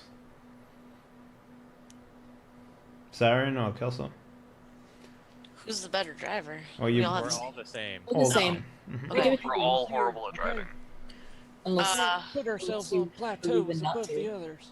I'll drive the vehicle. All right. Can't build up a team by tearing people down. Team swallow. And then I Team do swallow. Ginyu Force. All right, break. More of my Japanese anime. All right, so you guys start making your way down the main street. So it's pretty smooth sailing until you get to the congested streets of Nightcity itself proper. There is no real easy way to get to the the port without having to go down main roads and sort of be locked in general traffic, right? Do I have a loudspeaker to yell at civilians with? Sure, yeah. Yeah. Be like, official police business. Everyone needs to pull off the road. Boop, boop. Like making. There is nowhere for anyone to go in these streets right now. It's pretty. Like to drive on top of the other vehicles if necessary. Well, good luck doing that. But yeah, if you guys like, what do you want to do? Do you want to try and like get the cars to move somehow? Like, I mean, you do have authority, so I don't know if I can use my authority again. you can, yeah. Yeah. So if you want to try and like do an authority check here, you're first going to have to direct traffic with the authority. That's essentially what you're going to have to do. Okay, so I'm like, Section 3042.9 SRC does state that blocking a police transport in a vehicle is a citationable offense. You will all be receiving tickets if you do not get the hell out of my way. I'm taking down every license plate number I see. You do not So want to see in order to do this, it's going to be a pretty easy roll, but you're going to have to get out of the car and actually manually direct traffic to like. okay, open yeah. up the So way, I get out and I'm like, no, you. There's room there. I don't care if it's a driveway. No, get in there. Roll Okay. me an authority check, please. let's see, skills. It's like the very first one on the top left. Okay. Yeah. You didn't fumble. Congratulations. Almost. What was that, a 2? Yeah. Yeah. I love a D10 system, man. The amount of I'm like, oh, fumbles. that's your driveway? Okay, don't use that driveway. Yeah. So you guys, I mean, it's slow going, but with Randall out the front, sort of directing traffic, you guys are doing all right. Chip, I need you to give me an awareness/notice roll, please. Okay. No, you don't notice what's happening. So basically, you start like you feel the weight of someone getting on the back of the van. Oh damn. I'll probably get on comms and ask for visual confirmation of my other 2 teammates behind me. Oh, you are behind. It's the yeah, the we're in the front. We're ladies front. are in front. Yeah. No, I thought that you said that we were taking lead and they were going to be following behind us. No, they're taking lead. All right, then I'd probably calm for Randall to give me visual confirmation since he's outside of the vehicle. He's ahead of the main. Yeah, vehicle. I'm like all the way up the front. Be like, I cannot confirm or deny whether there's someone on the back Actually, of give me your an truck. awareness / notice. If you get like a 15 or higher. Okay, might yeah, see like something. I'm just like I just jump up on the hood of someone else's car, and I'm like peeking at Yeah, that's down there perfectly trying to see. reasonable. Yeah. Fucking yeah, you gotta He sees jump a on donut someone else's car, right? And maybe you put your foot through the windshield and you just like you fall back onto the. Oh No. dear, that He sees like a donut stand off to the side, and he's just like, ugh. sir, driving with a broken windshield is a citable offense. It's a Get parked this car. fixed as soon as possible. I like the idea that it's a parked car and you try to look cool doing it, like much like how you try to look cool leaving the VTOL. But you're like, you put Yeah, your no, leg we get through the- another slow mo of me like jumping up onto the car. Then I just like land like crushing the window. Yeah. Well, I also like calm, I guess, and just say that, you know, possible activity on the roof of my truck, I'm gonna need backup. So that's probably to the 2 people in front of me to stop their vehicle and possibly get out and surround the vehicle, and then I'm gonna do the same. Yeah. So at this point, Fell in you a Honda Civic. I'll be with you momentarily. you hear the sound of a buzzsaw starting up. Yep. So I'm gonna get out, cock my gun, and I'm gonna try and shoot whoever it is. You're not gonna use your authority or whatever to try and make them stop. You're just gonna shoot them. No, they're destroying public equipment. That's enough to. So you have the rifle, right? Mm-hmm. So it's gonna be harder for you to shoot in close range because of the rifle, because it's meant for long range and attacks. It's a DC 15. Just kidding.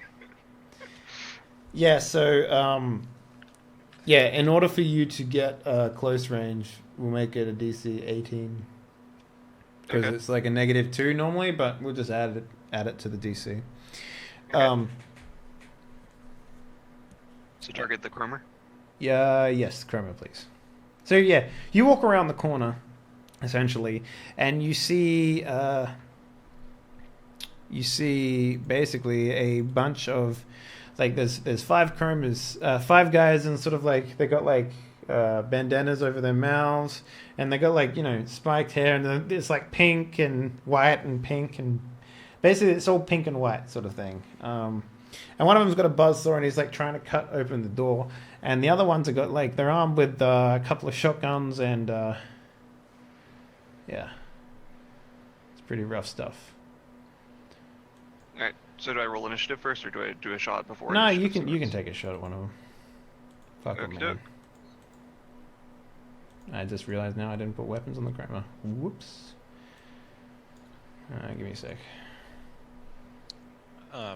As soon as he does open fire, I'm like on the comms. Like, we have shots fired in the rear vehicle with the prisoner.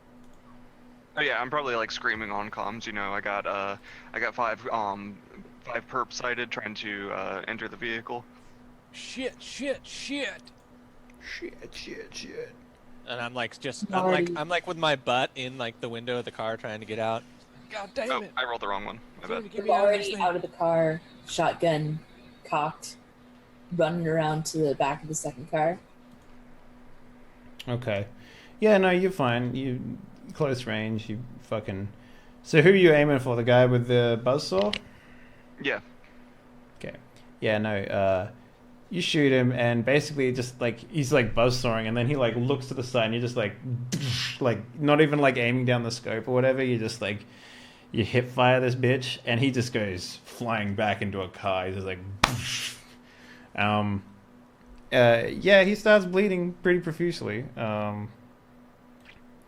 Let's see. Hang on, let me just. Can I clone these guys somehow?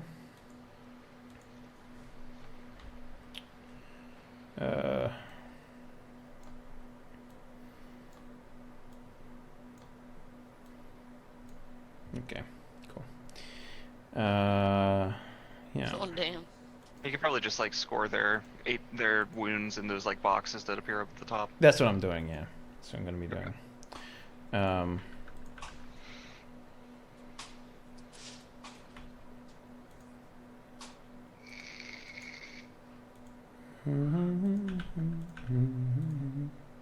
Because like one of the cool things about these guys is the fact that we have the cyber eyes with targeting scopes and the smart gun link for all these weapons.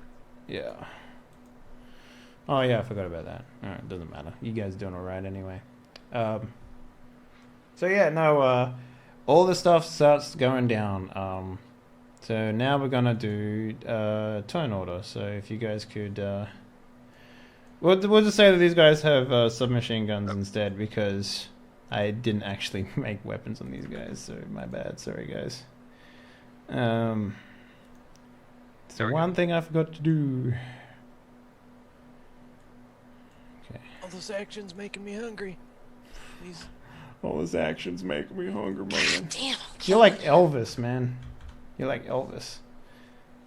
You need to change that. This Roll damn the silver. diet brain implant doesn't work for shit. You rolled as silver. Oh, whatever. You can just be silver. It's not a big deal. Where'd my shit go? Each girl you kill, you get more pretty. I'm pretty as fuck.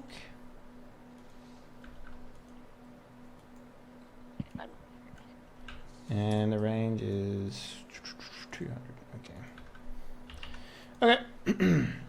Yeah, so let's see. Chroma. Man, they're really going to town with those guns. They're not guns. Those are fireworks. This is America. Oh, it's the worst. Wow, that 35. Just watch that to be the one who got beamed in the head. It's not. You can mouse over and see which one it is. So, Keeps getting closer to the house. so we're missing one. Who's missing? I put we're in, missing. but We're missing you, Virgil. I thought I was clicked on. Because who's the one that was silver, right? That was me. Yeah, it's Oh, that fine. was You can you. just be silver. It's not a big deal. Okay. Also, we're gonna need Kilroy and possibly Rotohound. Yes, that's true. You will. Kilroy Jenkins. And then Roto. Burp. Oh shit, why did I do that? And Roto. Okay. Man, is this so much shit? Okay. Alrighty. Who's first? Let me just... I'm gonna descend it again. Here we go. Okay. So Roto isn't out yet, so he has to wait till Kilroy doing his thing, does a thing. So the first one is the Chroma. So basically he sees his friends get blasted, and he will do a full auto on your ass since you are very close to him. Let's see.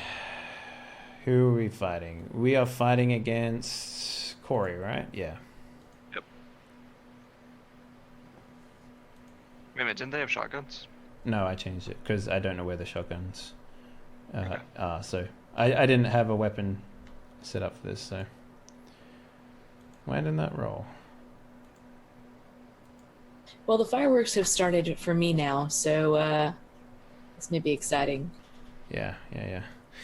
For some reason, it's not rolling the full auto. That's weird. Wonder why that is. Yeah, it's not rolling full auto. That's kind of annoying. You have to manually roll fall auto. That's kind of ironic. So 1d10 plus. Welcome to actual 7 plus. I think it was 3 for submachine gun. Yeah, 3. Here, let me try. 14. Okay, so you're in close. That's 10. So 4 bullets. Okay. Isn't close 15? No, close is 10. You're like real close to these guys. The reason why yours was so hard was because you were using a long distance rifle to shoot them. No, that's fine. Yeah.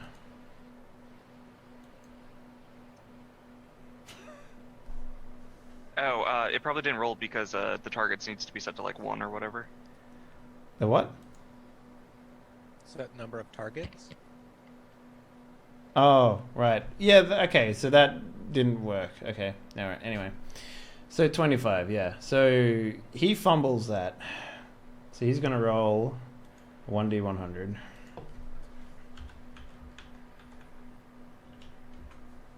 Oh, shit. 87. He self-destructs. 87's hard. Okay, so... Isn't that what we got? Yeah, it The was. gun broke? Yep.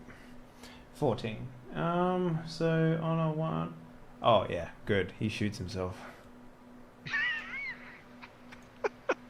So basically, he freaks out, and then he with an 86, the weapon is dropped and it goes off.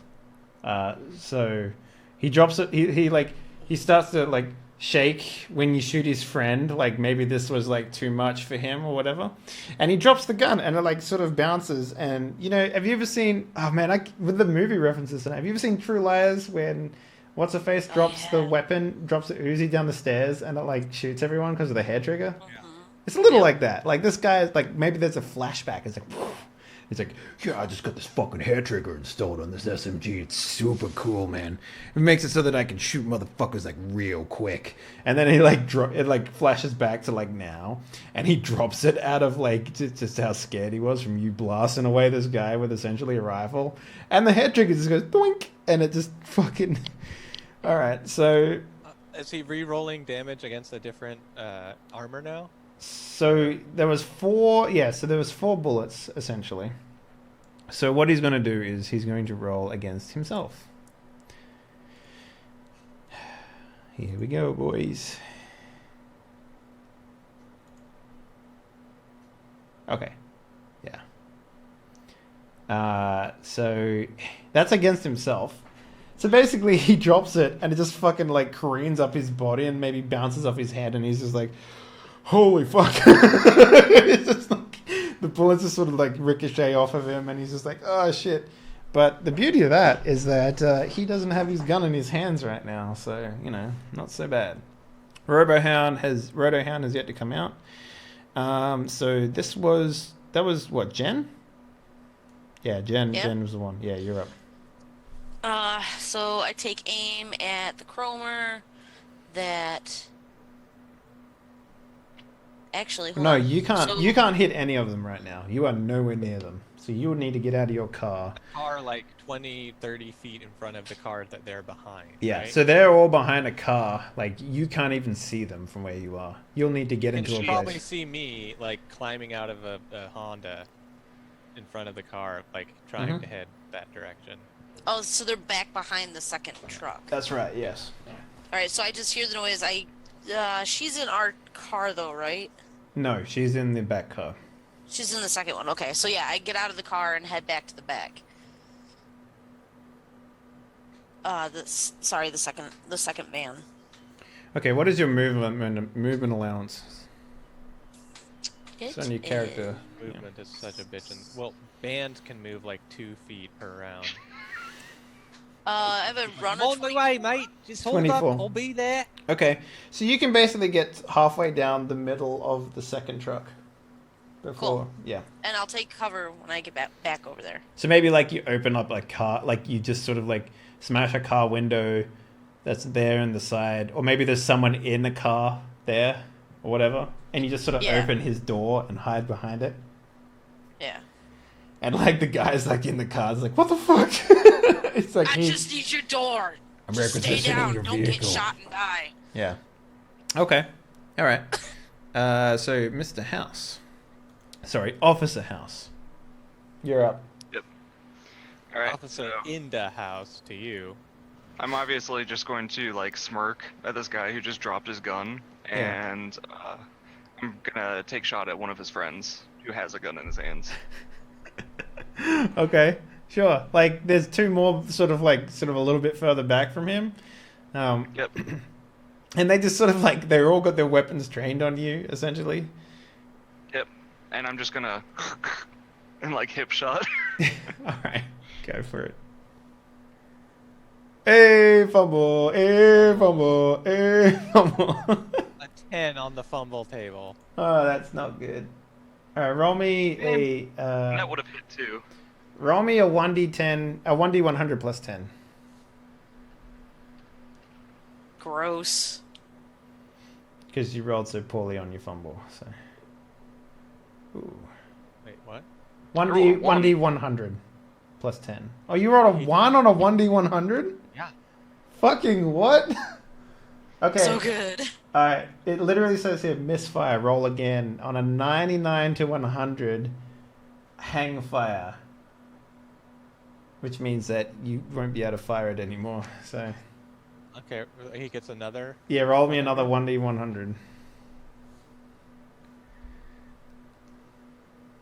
6. What is with these extremely low rolls on a 1d100? That's crazy. No, you're good. So basically you misfire. So like you go to do it and like you pull the trigger and it's like clunk, and you look down and like the bullet is stuck in the receiver. So you're going to have to spend a turn, this turn and next turn, like removing it. But you still can move this turn if you want. Yeah, I'm probably going to retreat to the front of the vehicle and kneel down as I fix it.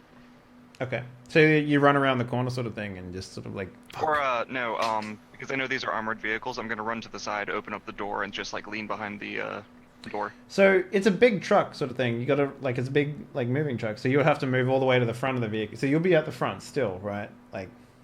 Well, yeah, like, I came out of the door, so, like, my door is still open, and I just shot that guy, wanted to shoot this guy, it jammed, so I'm just going to hold up and retreat behind the door. Got it's it. still open. Okay. No, yeah. All right. That should be like one of the roll 20 achievements. Roll a 1 on a 1d100. Hey man, in Typical's game, I rolled a 1d100, got a 100, and then he's like, okay, roll a 1d20 to see what you do with the magical stick that you found, and I rolled a 20, like right after that. So I was like, what are the odds of that? Like, yeah. And then that stick became magical, you know. Whatever. Yeah, it was a good game. So yeah, let's see. Captain Mark Kilroy. He opens the door and sets down Rodo, and he puts in the pin again, and Rodo sort of and he comes up. Pascal, you're up. What are you doing? All right, so I'd already gotten out of the car and was running towards the back. So am I able to make it around the corner and take aim at some of these crumbers with the shotgun? So did you get out of the car? When did you get out of the car exactly? She responded when I first said I need to. It was before initiative was rolled when he was first first giving us the. I'll let you move. I'll let you be able to get to the action in one turn. Okay, sweet. Because the way that it works in this game, it's not like D&D where you can choose to double move or whatever. You have a movement allowance that you're allowed to move maximum in your turn. So you can move before or after.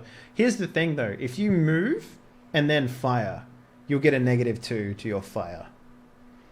And then they consider that it's happening in the same time, so you're having to. So you're using 6 seconds to essentially do everything, right?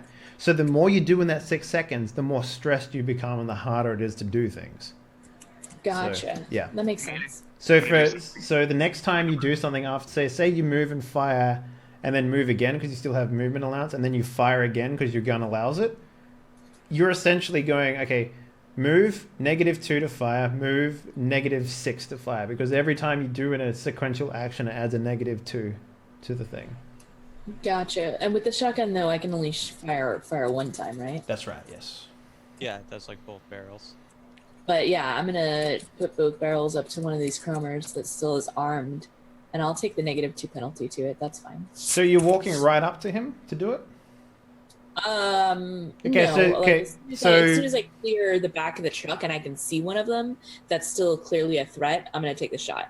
So the difference here is, like, if you go right up to someone and put the gun against them and pull the trigger, they have to, the DC to hit doesn't become range, it becomes their, like, martial arts ability. Their dodge. Or their dodge, right? But if you shoot from a distance, they can't use their martial arts to react, right? So if you go for close range, you can shoot him pretty easily. I don't think I want to, like, put it on him. I think doing it... Okay. Rolling to hit is probably a better bet in this situation. So you're about, what, like 5 meters away? 6 meters away. Probably. Any distance between 5 to 0 is considered melee martial arts range. So Okay, you have to so go then- above 5 meters. Yeah. Then yeah, I'd be at least 5 meters. Okay, 5 to 10 meters, somewhere in there. Yeah. Mhm. Okay. Go Okay. ahead. Roll your shotgun. So just click a chroma. Doesn't matter which one. Hold on. Okay. I've got shotgun. Yeah. There we go.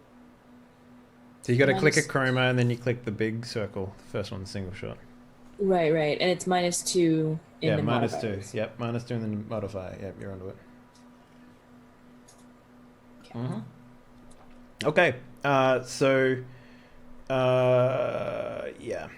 You don't need to apply armor piercing, but it did it anyway, so you're good.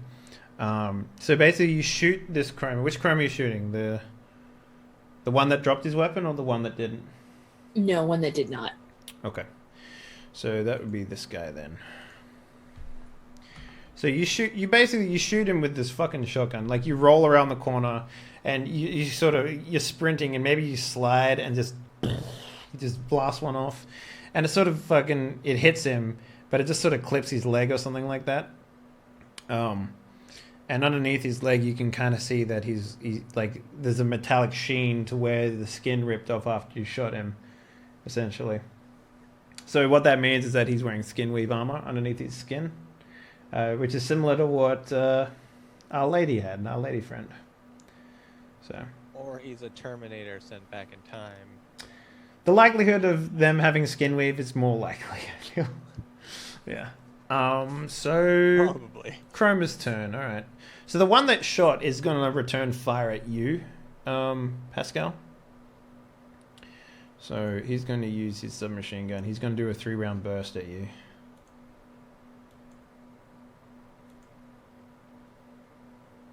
Oof. Okay. So basically 3 bullets. He just goes 3 bullets a shot. 2 of them hit the ground around you, and one sort of bounces off your chest. And after that, he'll sort of like, do the cop slide over a car, essentially. And Randall, you're up, brother. Okay. You got to spend. I do a cop half- slide off of a car. Yeah, you got to spend half your movement allowance getting out of this windshield. Okay. But other than that, you're good to So go. I'll spend the other half like getting. What's your movement allowance?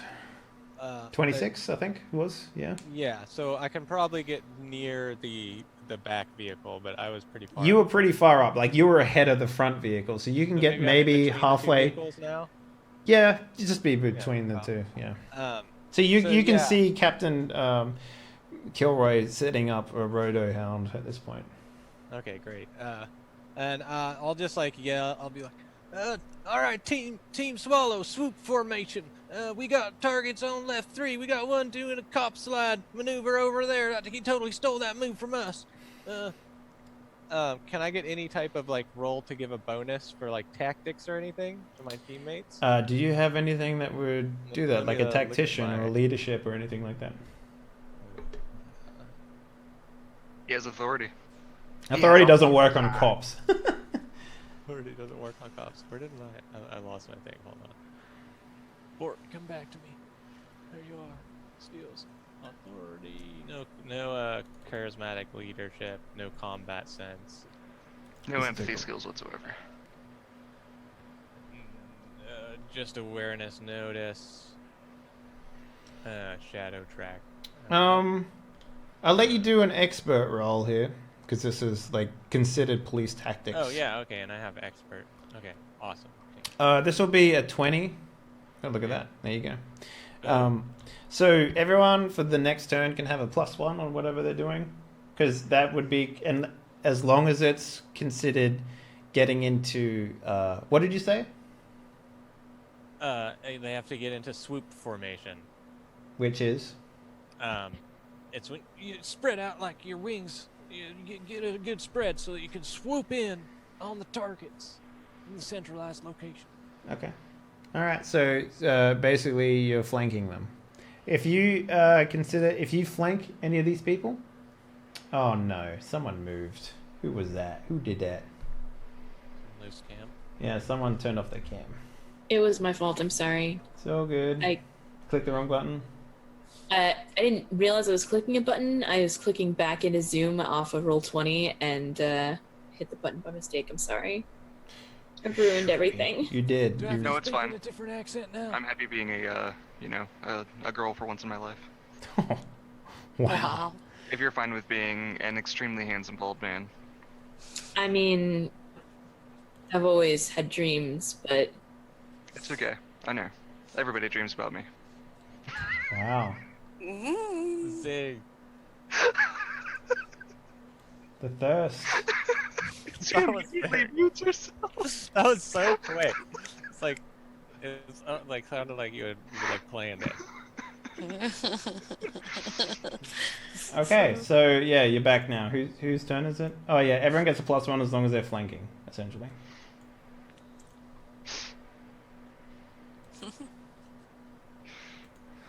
So yeah, Yeah, swoop formation. through formation. All right, Chroma's turn. He gets a +1 because he flanked. No, this is the one that you shot with your rifle that went flying back against the thing. So he's at like a -3 for his hit, but he's going to try and shoot someone. The closest person is, I think Jen is the closest one, but you're behind a door, so you're going to get a Doesn't he even. have to use his movement allowance to actually stand up as well, and just impose a negative on his shot?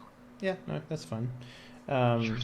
He's bleeding out of everything. He sort of just stands up and he just, last ditch effort, he just unloads his entire clip into you, Jen. Into the door? Well, you're behind a door, but he's Right. shooting Find at out. you, so. Well, We'll yeah, we'll find find out. out if it goes through the door. Next time Dave rolls the dice. Yeah. Tune in. That's a lot of... 35 bullets, please.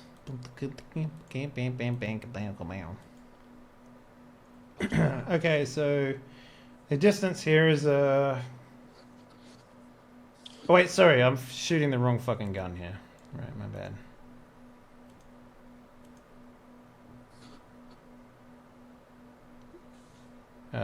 Why isn't that? Oh, there we go. One target, please.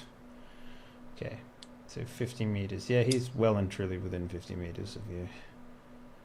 So, let's see, 10 bullet reboos. Yeah, he doesn't like the bullets just don't. He just sprays, and maybe he like the person like is reaching over to like shut the door that you opened, right? And it just fucking blasts him through the window and through the back of the car and stuff like that. And there's a dead civilian in front of you. But yeah, no, well, he uses 35 bullets and he just sort of just pants. He's like, and then like it's another Chroma's turn. One Chroma who hasn't acted at all this turn. Damn it, Dan! I told you to get down. Dan's dead. Like I'm yelling at the dead civilian. Yeah. So Dan, the Chroma, basically he runs up to the buzzsaw and he starts cutting the door again. It's like he like grabs the buzzsaw off the ground and starts cutting into the door.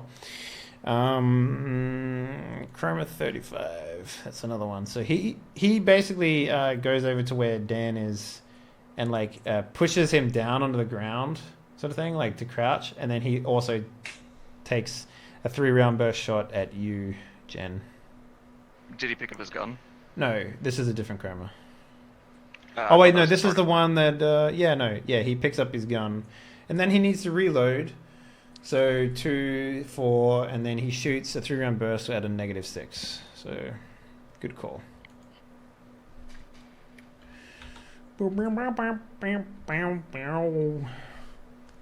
Okay, yeah, no, he hits, and he gets 3 bullets, but yeah, the damage is enough to go through the car door, and you feel it sort of bounce off your armor, Jen. All right, It's getting a little hot back here. Rotohound's turn. He's just like, please give designation. And Virgil, you're close enough to give a command if you want. Excellent. I just command the list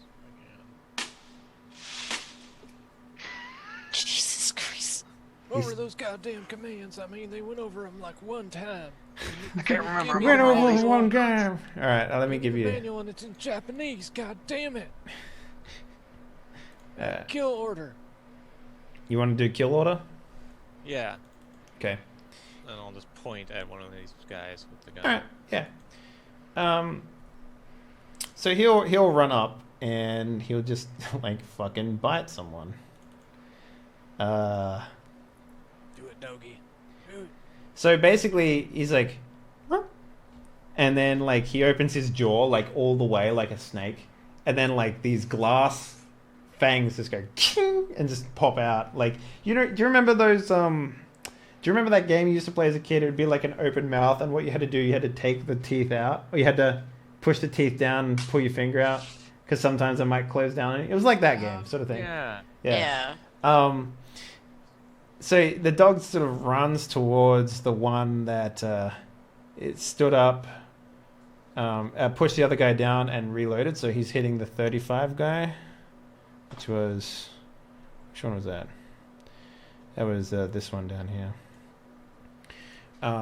So, Mr. Robohound, go, go, go. AP, absolutely. Okay. Yeah, not enough damage gets done, but the dog basically bites on. He latches onto this thing, onto this guy, and onto his shooting arm, and he's like, oh, fuck. Trying to shake this, like, robotic dog off of him, and it's just sort of mauling him. Whose turn is it now? Mine. Alright, go for it. What are you doing? So I want to take a shot at the closest chromer.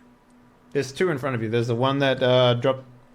It's got a robohound biting his arm, and there's one that was Okay. pushed down that was really injured. Okay, I'm gonna shoot the one that's really injured. Roger that. All right. Go ahead, make my day.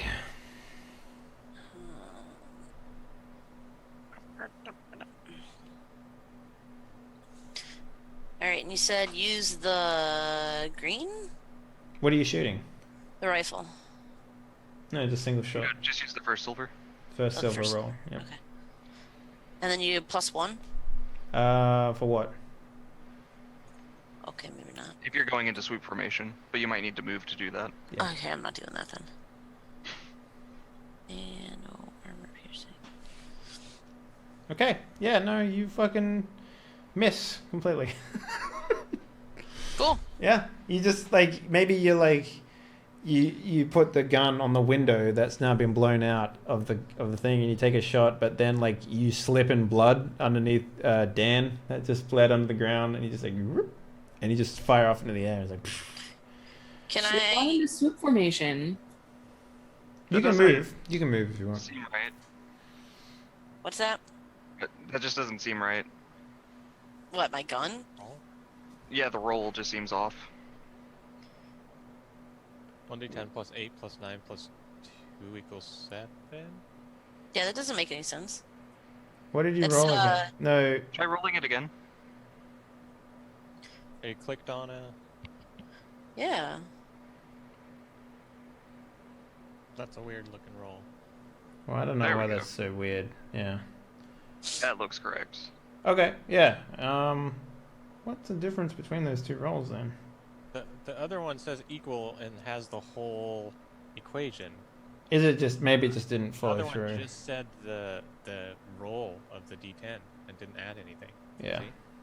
It might just be roll 20 messing up. I don't know. Yeah, maybe. All right. So yeah. No, you're fine. You shoot him. You do 11 damage to the guy. So basically, you just blow off his fucking head. Like you put the rifle of the gun through the door frame, and you just take a quick second to acquire a target, and his head just goes spraying all over the back. Bye bye chroma. So Bye chroma. -11. That's how dead he is. His health bar is in reverse. So do you want to move or anything? Can I, am I able to open the back door and go behind that one? In the car? Yeah. Yeah, sure. Yeah. All So right, you move up yeah, like you move I up kinda, like like, 2 feet, and then you open the door. Yeah, I shoot the guy and then I'm like, this door's almost done, and I like go behind and I open that door and hide behind that and take cover behind that door. All right, Mr. House, you got to spend your turn cleaning this gun. Yeah. Well, I was wondering if could I use like an action to like clear, reload, and then take a penalty for shooting? Yeah, absolutely. So basically, you spend 1 clearing the breach, 2 Yeah, I thought I moving did that back, last round. moving back into a position to fire, and then 3 will be firing. So you're rolling at a -4. -4. Okay. Yeah. And I'm gonna be going for one of them that's on the saw, if possible. Oh, so you just walk around the corner again and do the exact same thing that did the last guy? Yep. All right, go ahead. -4 though.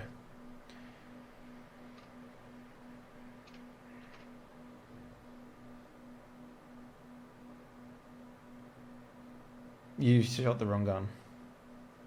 Damn it. God damn it. Okay. Yeah, so again, you just walk around the corner. Deja vu strikes once again. Who did I say was going to get on the gun? It was the bottom guy, right? Yeah. So you blast this guy off, and you can see that they're almost if this guy's turn rolled around one more time, he would have been able to cut through this door. But so far nothing. So I want to did it send him flying off of the? Yep. Once again into the car. Just like douche again. Yeah. I'm gonna walk up over to the saw, and I'm gonna see if I can't just take it and throw it out into the street. Give me a strength feat. Yeah, no, you throw that fucking thing pretty far. You Can I just get a chance for maybe I throw it at the guy? well, no, that would be another attack, and then you'd need Okay. to you need to make athletics to do that, unfortunately. So. Okay. Yeah, so no, you just grab it and you just fucking chuck it out. Mark Kilroy then runs around the corner, and he's also going to shoot a good, kind citizen in the heart with his gun. Shot through the heart. And you're to blame. Yeah. You give love a bad name. Why isn't it rolling? What the fuck? Oh, there we go. Are you doing full auto? No. So yeah, the shotgun rains off this guy. Is just as fucking he just fucking pumps him full of lead. And at the end of that, he basically says, "Stand down. You have no reason to continue this. We don't need to kill any more of you." So he's gonna try and do an authority check here. This is at a -4, but his is a lot better than your guys' authority. So, because he's the captain. Okay, yeah. So 2 of the guys dropped their gun. The one that got shot, they dropped their guns and put their hands up. And then 2 of the guy that got shot into the car, he's still sort of dazed or whatever. June, what are you gonna do? Pascal. Is there anyone that is not either dazed or dropped their weapon? I mean, there's a dead guy. So He's in this his own category.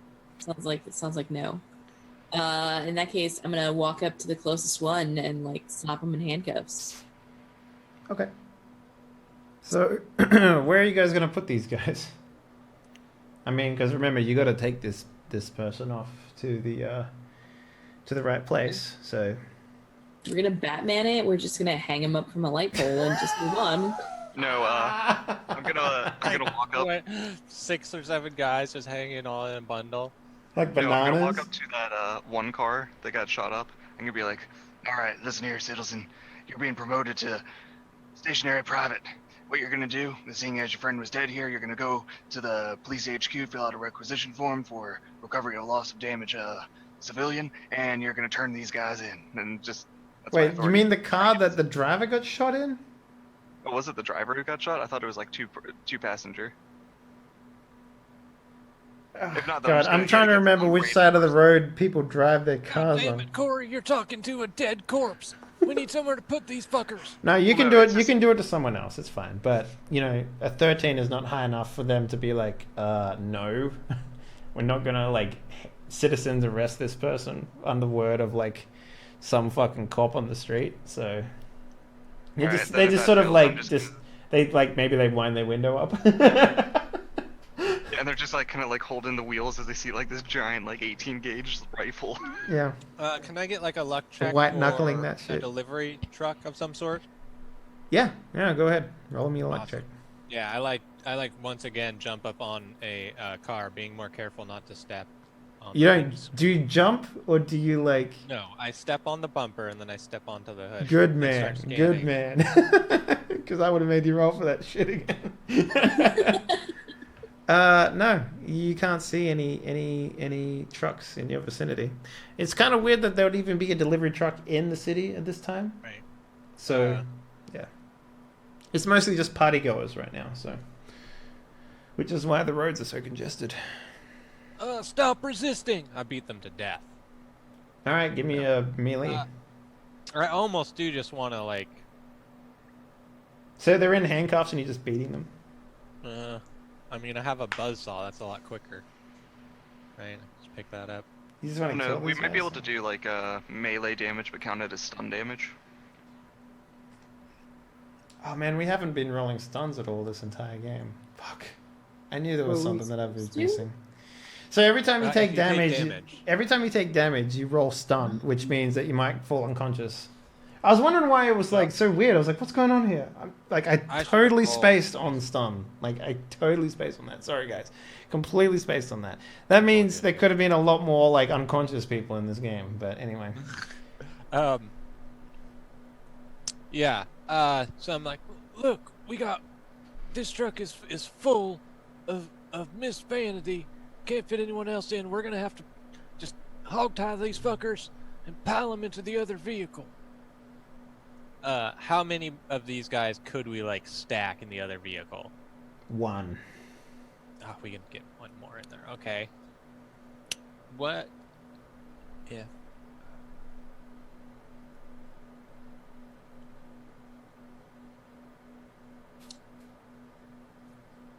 I'm gonna look to Kilroy for leadership in this situation.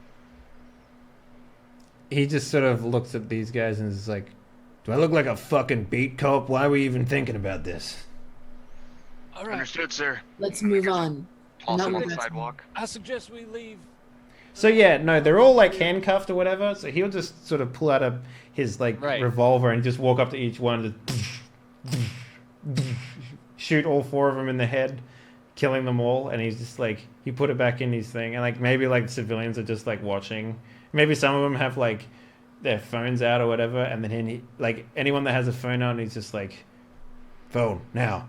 He like gets it and he snaps the phone, or whatever, and he's just like, all right, enough shit, enough tittle-tattling around. Let's get the fuck out of here.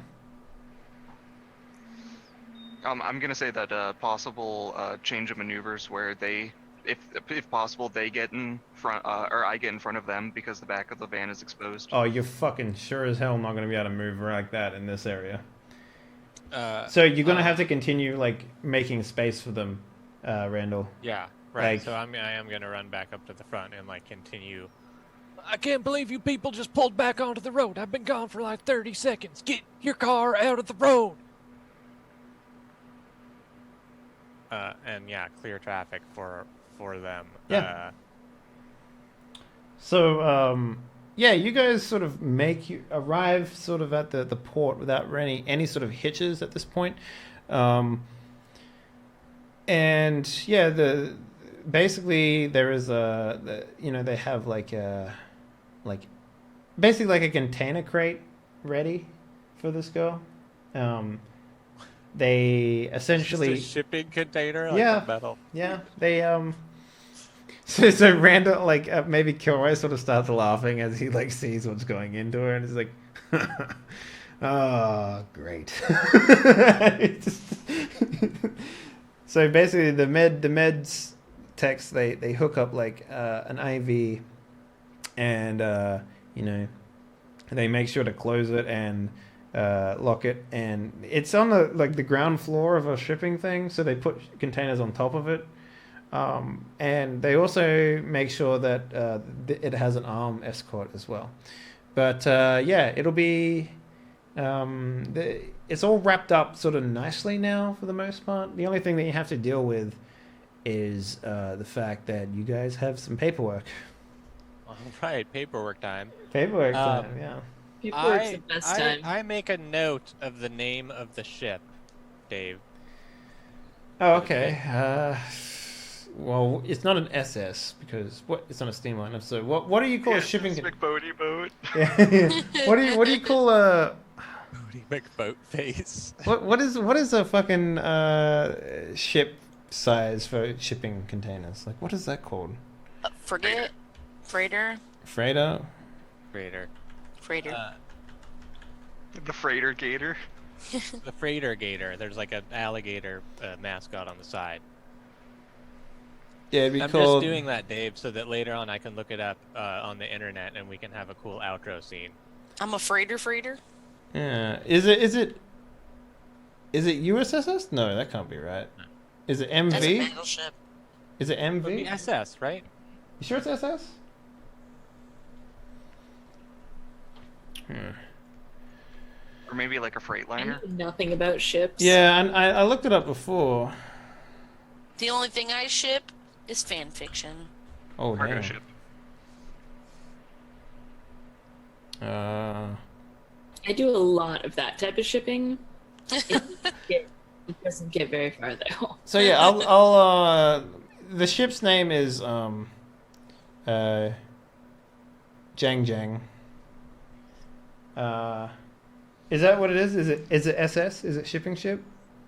No, that can't be that. That No, I can't. don't think so. I'm pretty sure SS stands for steamliner, but like, I'm not actually sure. I'm gonna have to look this up. But it's called Jang Jang. Steam ship is SS, so yeah, Steam- it could be SS if it was just a steam giant. Yeah. steam It's steam, the name of the ship that she's going on is called Jang Jang. And I'll write that down for you. Ship name. Jang Jang. Going to Norway, Netherlands, sorry. And this is sort of like a special occasion that you guys don't normally do this for psychotic people. Most because you have people that do it in-house, but this one was a special occasion, so... yeah, so maybe there's like a report that comes onto your desk later about like the number of casualties, and it's up in the 400s. So this is like... Normally, psychotics don't really have the opportunity to do that much damage to people, but since this was such a closed environment with like a large number of people in a single space, it made it especially easy for her to essentially just pulverize people into nothing. And if she has a bigger body count, doesn't that just make us bigger heroes? At essentially, least yeah. it was under 1,000.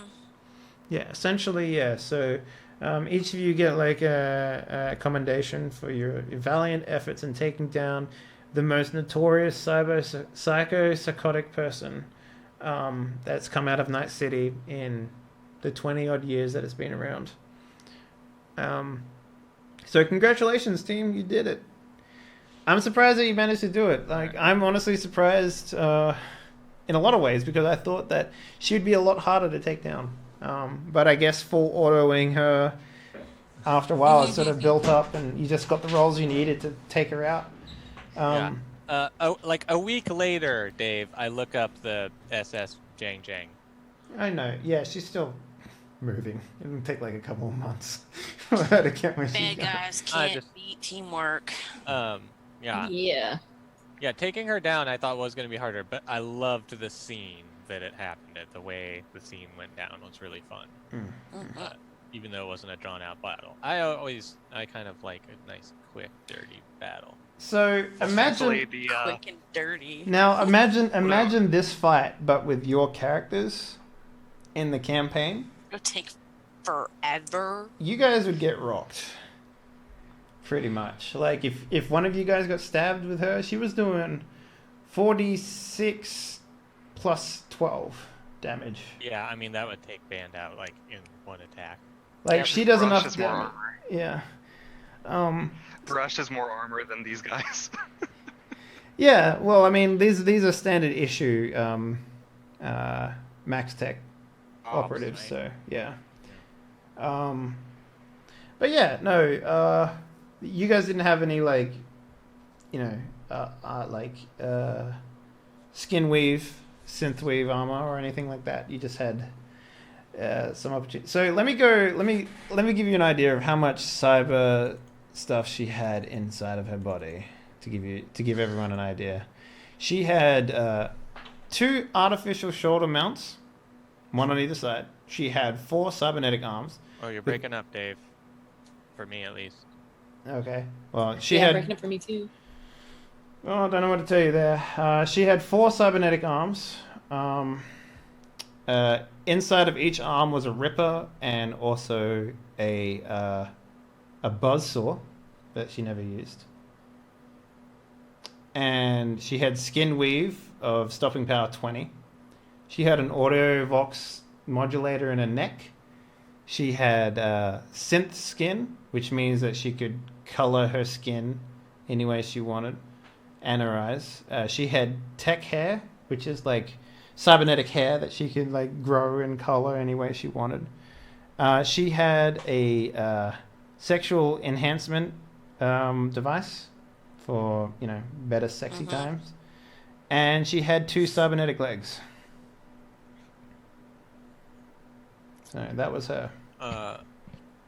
Yeah, that's a pretty impressive takedown. Yeah. For a team's. She wasn't built for combat, squad, but what was it? Team Swallow.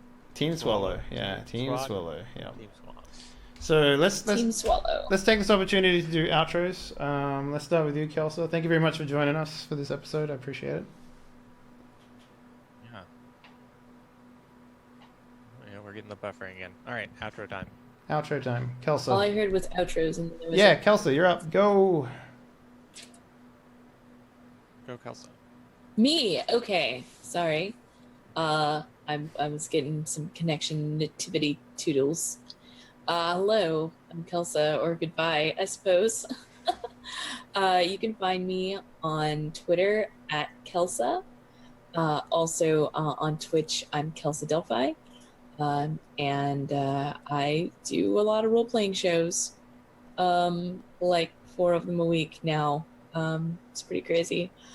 It's probably easier just to follow me on Twitter, because I tweet about whenever I'm going to go live, and or you can check out my YouTube channel, or no, Twitch channel, where I have a very, very simple schedule, showing when I do things. So. All right, Gamer Siren, what's up? Hey guys, how's it going? It's me, Gamer Siren. Keep on trucking until I move across the giant pond of water. We'll see what happens about streaming and stuff like that. I plan on streaming as soon as I get internet there, which hopefully will be not a long time. I will be streaming after this tonight, though, so Cool. definitely tune in if you want. Speaking about tuning, let's talk about Virgil. Hey guys, if you like tuning and tunes, you can check out my tunes on soundcloud.com/zircon5. Fun stuff there to listen to and download, so check it out. Thanks, Dave, for throwing another night party story at us. I really like them. Both so far of the characters have been great. I really enjoyed tonight playing Bort Randall. It was really fun to get into. You like characters with beat names. And maybe we can have some time like a comeback episode, because I really enjoyed this one. Yeah, I mean, I feel like there's probably going to be more psychotics running around at some point. Speaking about psychotics... Yeah, if you like that stuff, twitch.tv/Zircon5 is my site. Speaking about psychotics, let's talk about everyone's favorite psychotic, Mr. Chippin' It. How you doing, brother? Hey, thank you very much for watching this show of Die Party Nightcity Stories. It was a pleasure having you here, Kelsa, Virgil, Gamer, and Henley. You can find me on Twitter at Chippinit and on Twitch/Chippinit. I don't do much, but whenever I do something, it's mostly Nightcity. So find me here. Sometimes I join in on AP Gaming Reel or Typical GM's channels, so always keep a notice on what they're doing. You might find me there. Speaking about doo-doo, yeah, we got... He said doo-doo, so I'm going with doo-doo. If you like what we do, make sure to subscribe. Yeah. So thank you everyone for watching. Sorry about the internet problems we had tonight. It's a real fucking shame when this shit happens. I don't know. I can't control it. Like, Poland internet is like, So I'll do my best to recover everything so that, at least we'll have a stable video online for this episode, because it's a really good episode. I don't want to lose it. Thursday we'll have Fulcrum starting up. I think everyone's ready for that. Could be wrong, but I'm pretty sure ready. Pretty sure everyone's ready. That's gonna be fucking fantastic. We've got Peachy Pixel, Fuzzy Freaks, Kelsa, Nightmare, and myself as players, with Wreckage as the GM. It's gonna be super good. It's gonna be super fun. I'm still trying to get fucking my other game set up, but you know how it is. Learning a whole new system when you're struggling to learn Cyberpunk as well is just like, wow. Good luck, everyone. So yeah, follow, like, subscribe, all that good shit. Yeah, that's pretty much it, guys. I'm gonna bounce. Thank you very much for watching. Peace. Bye.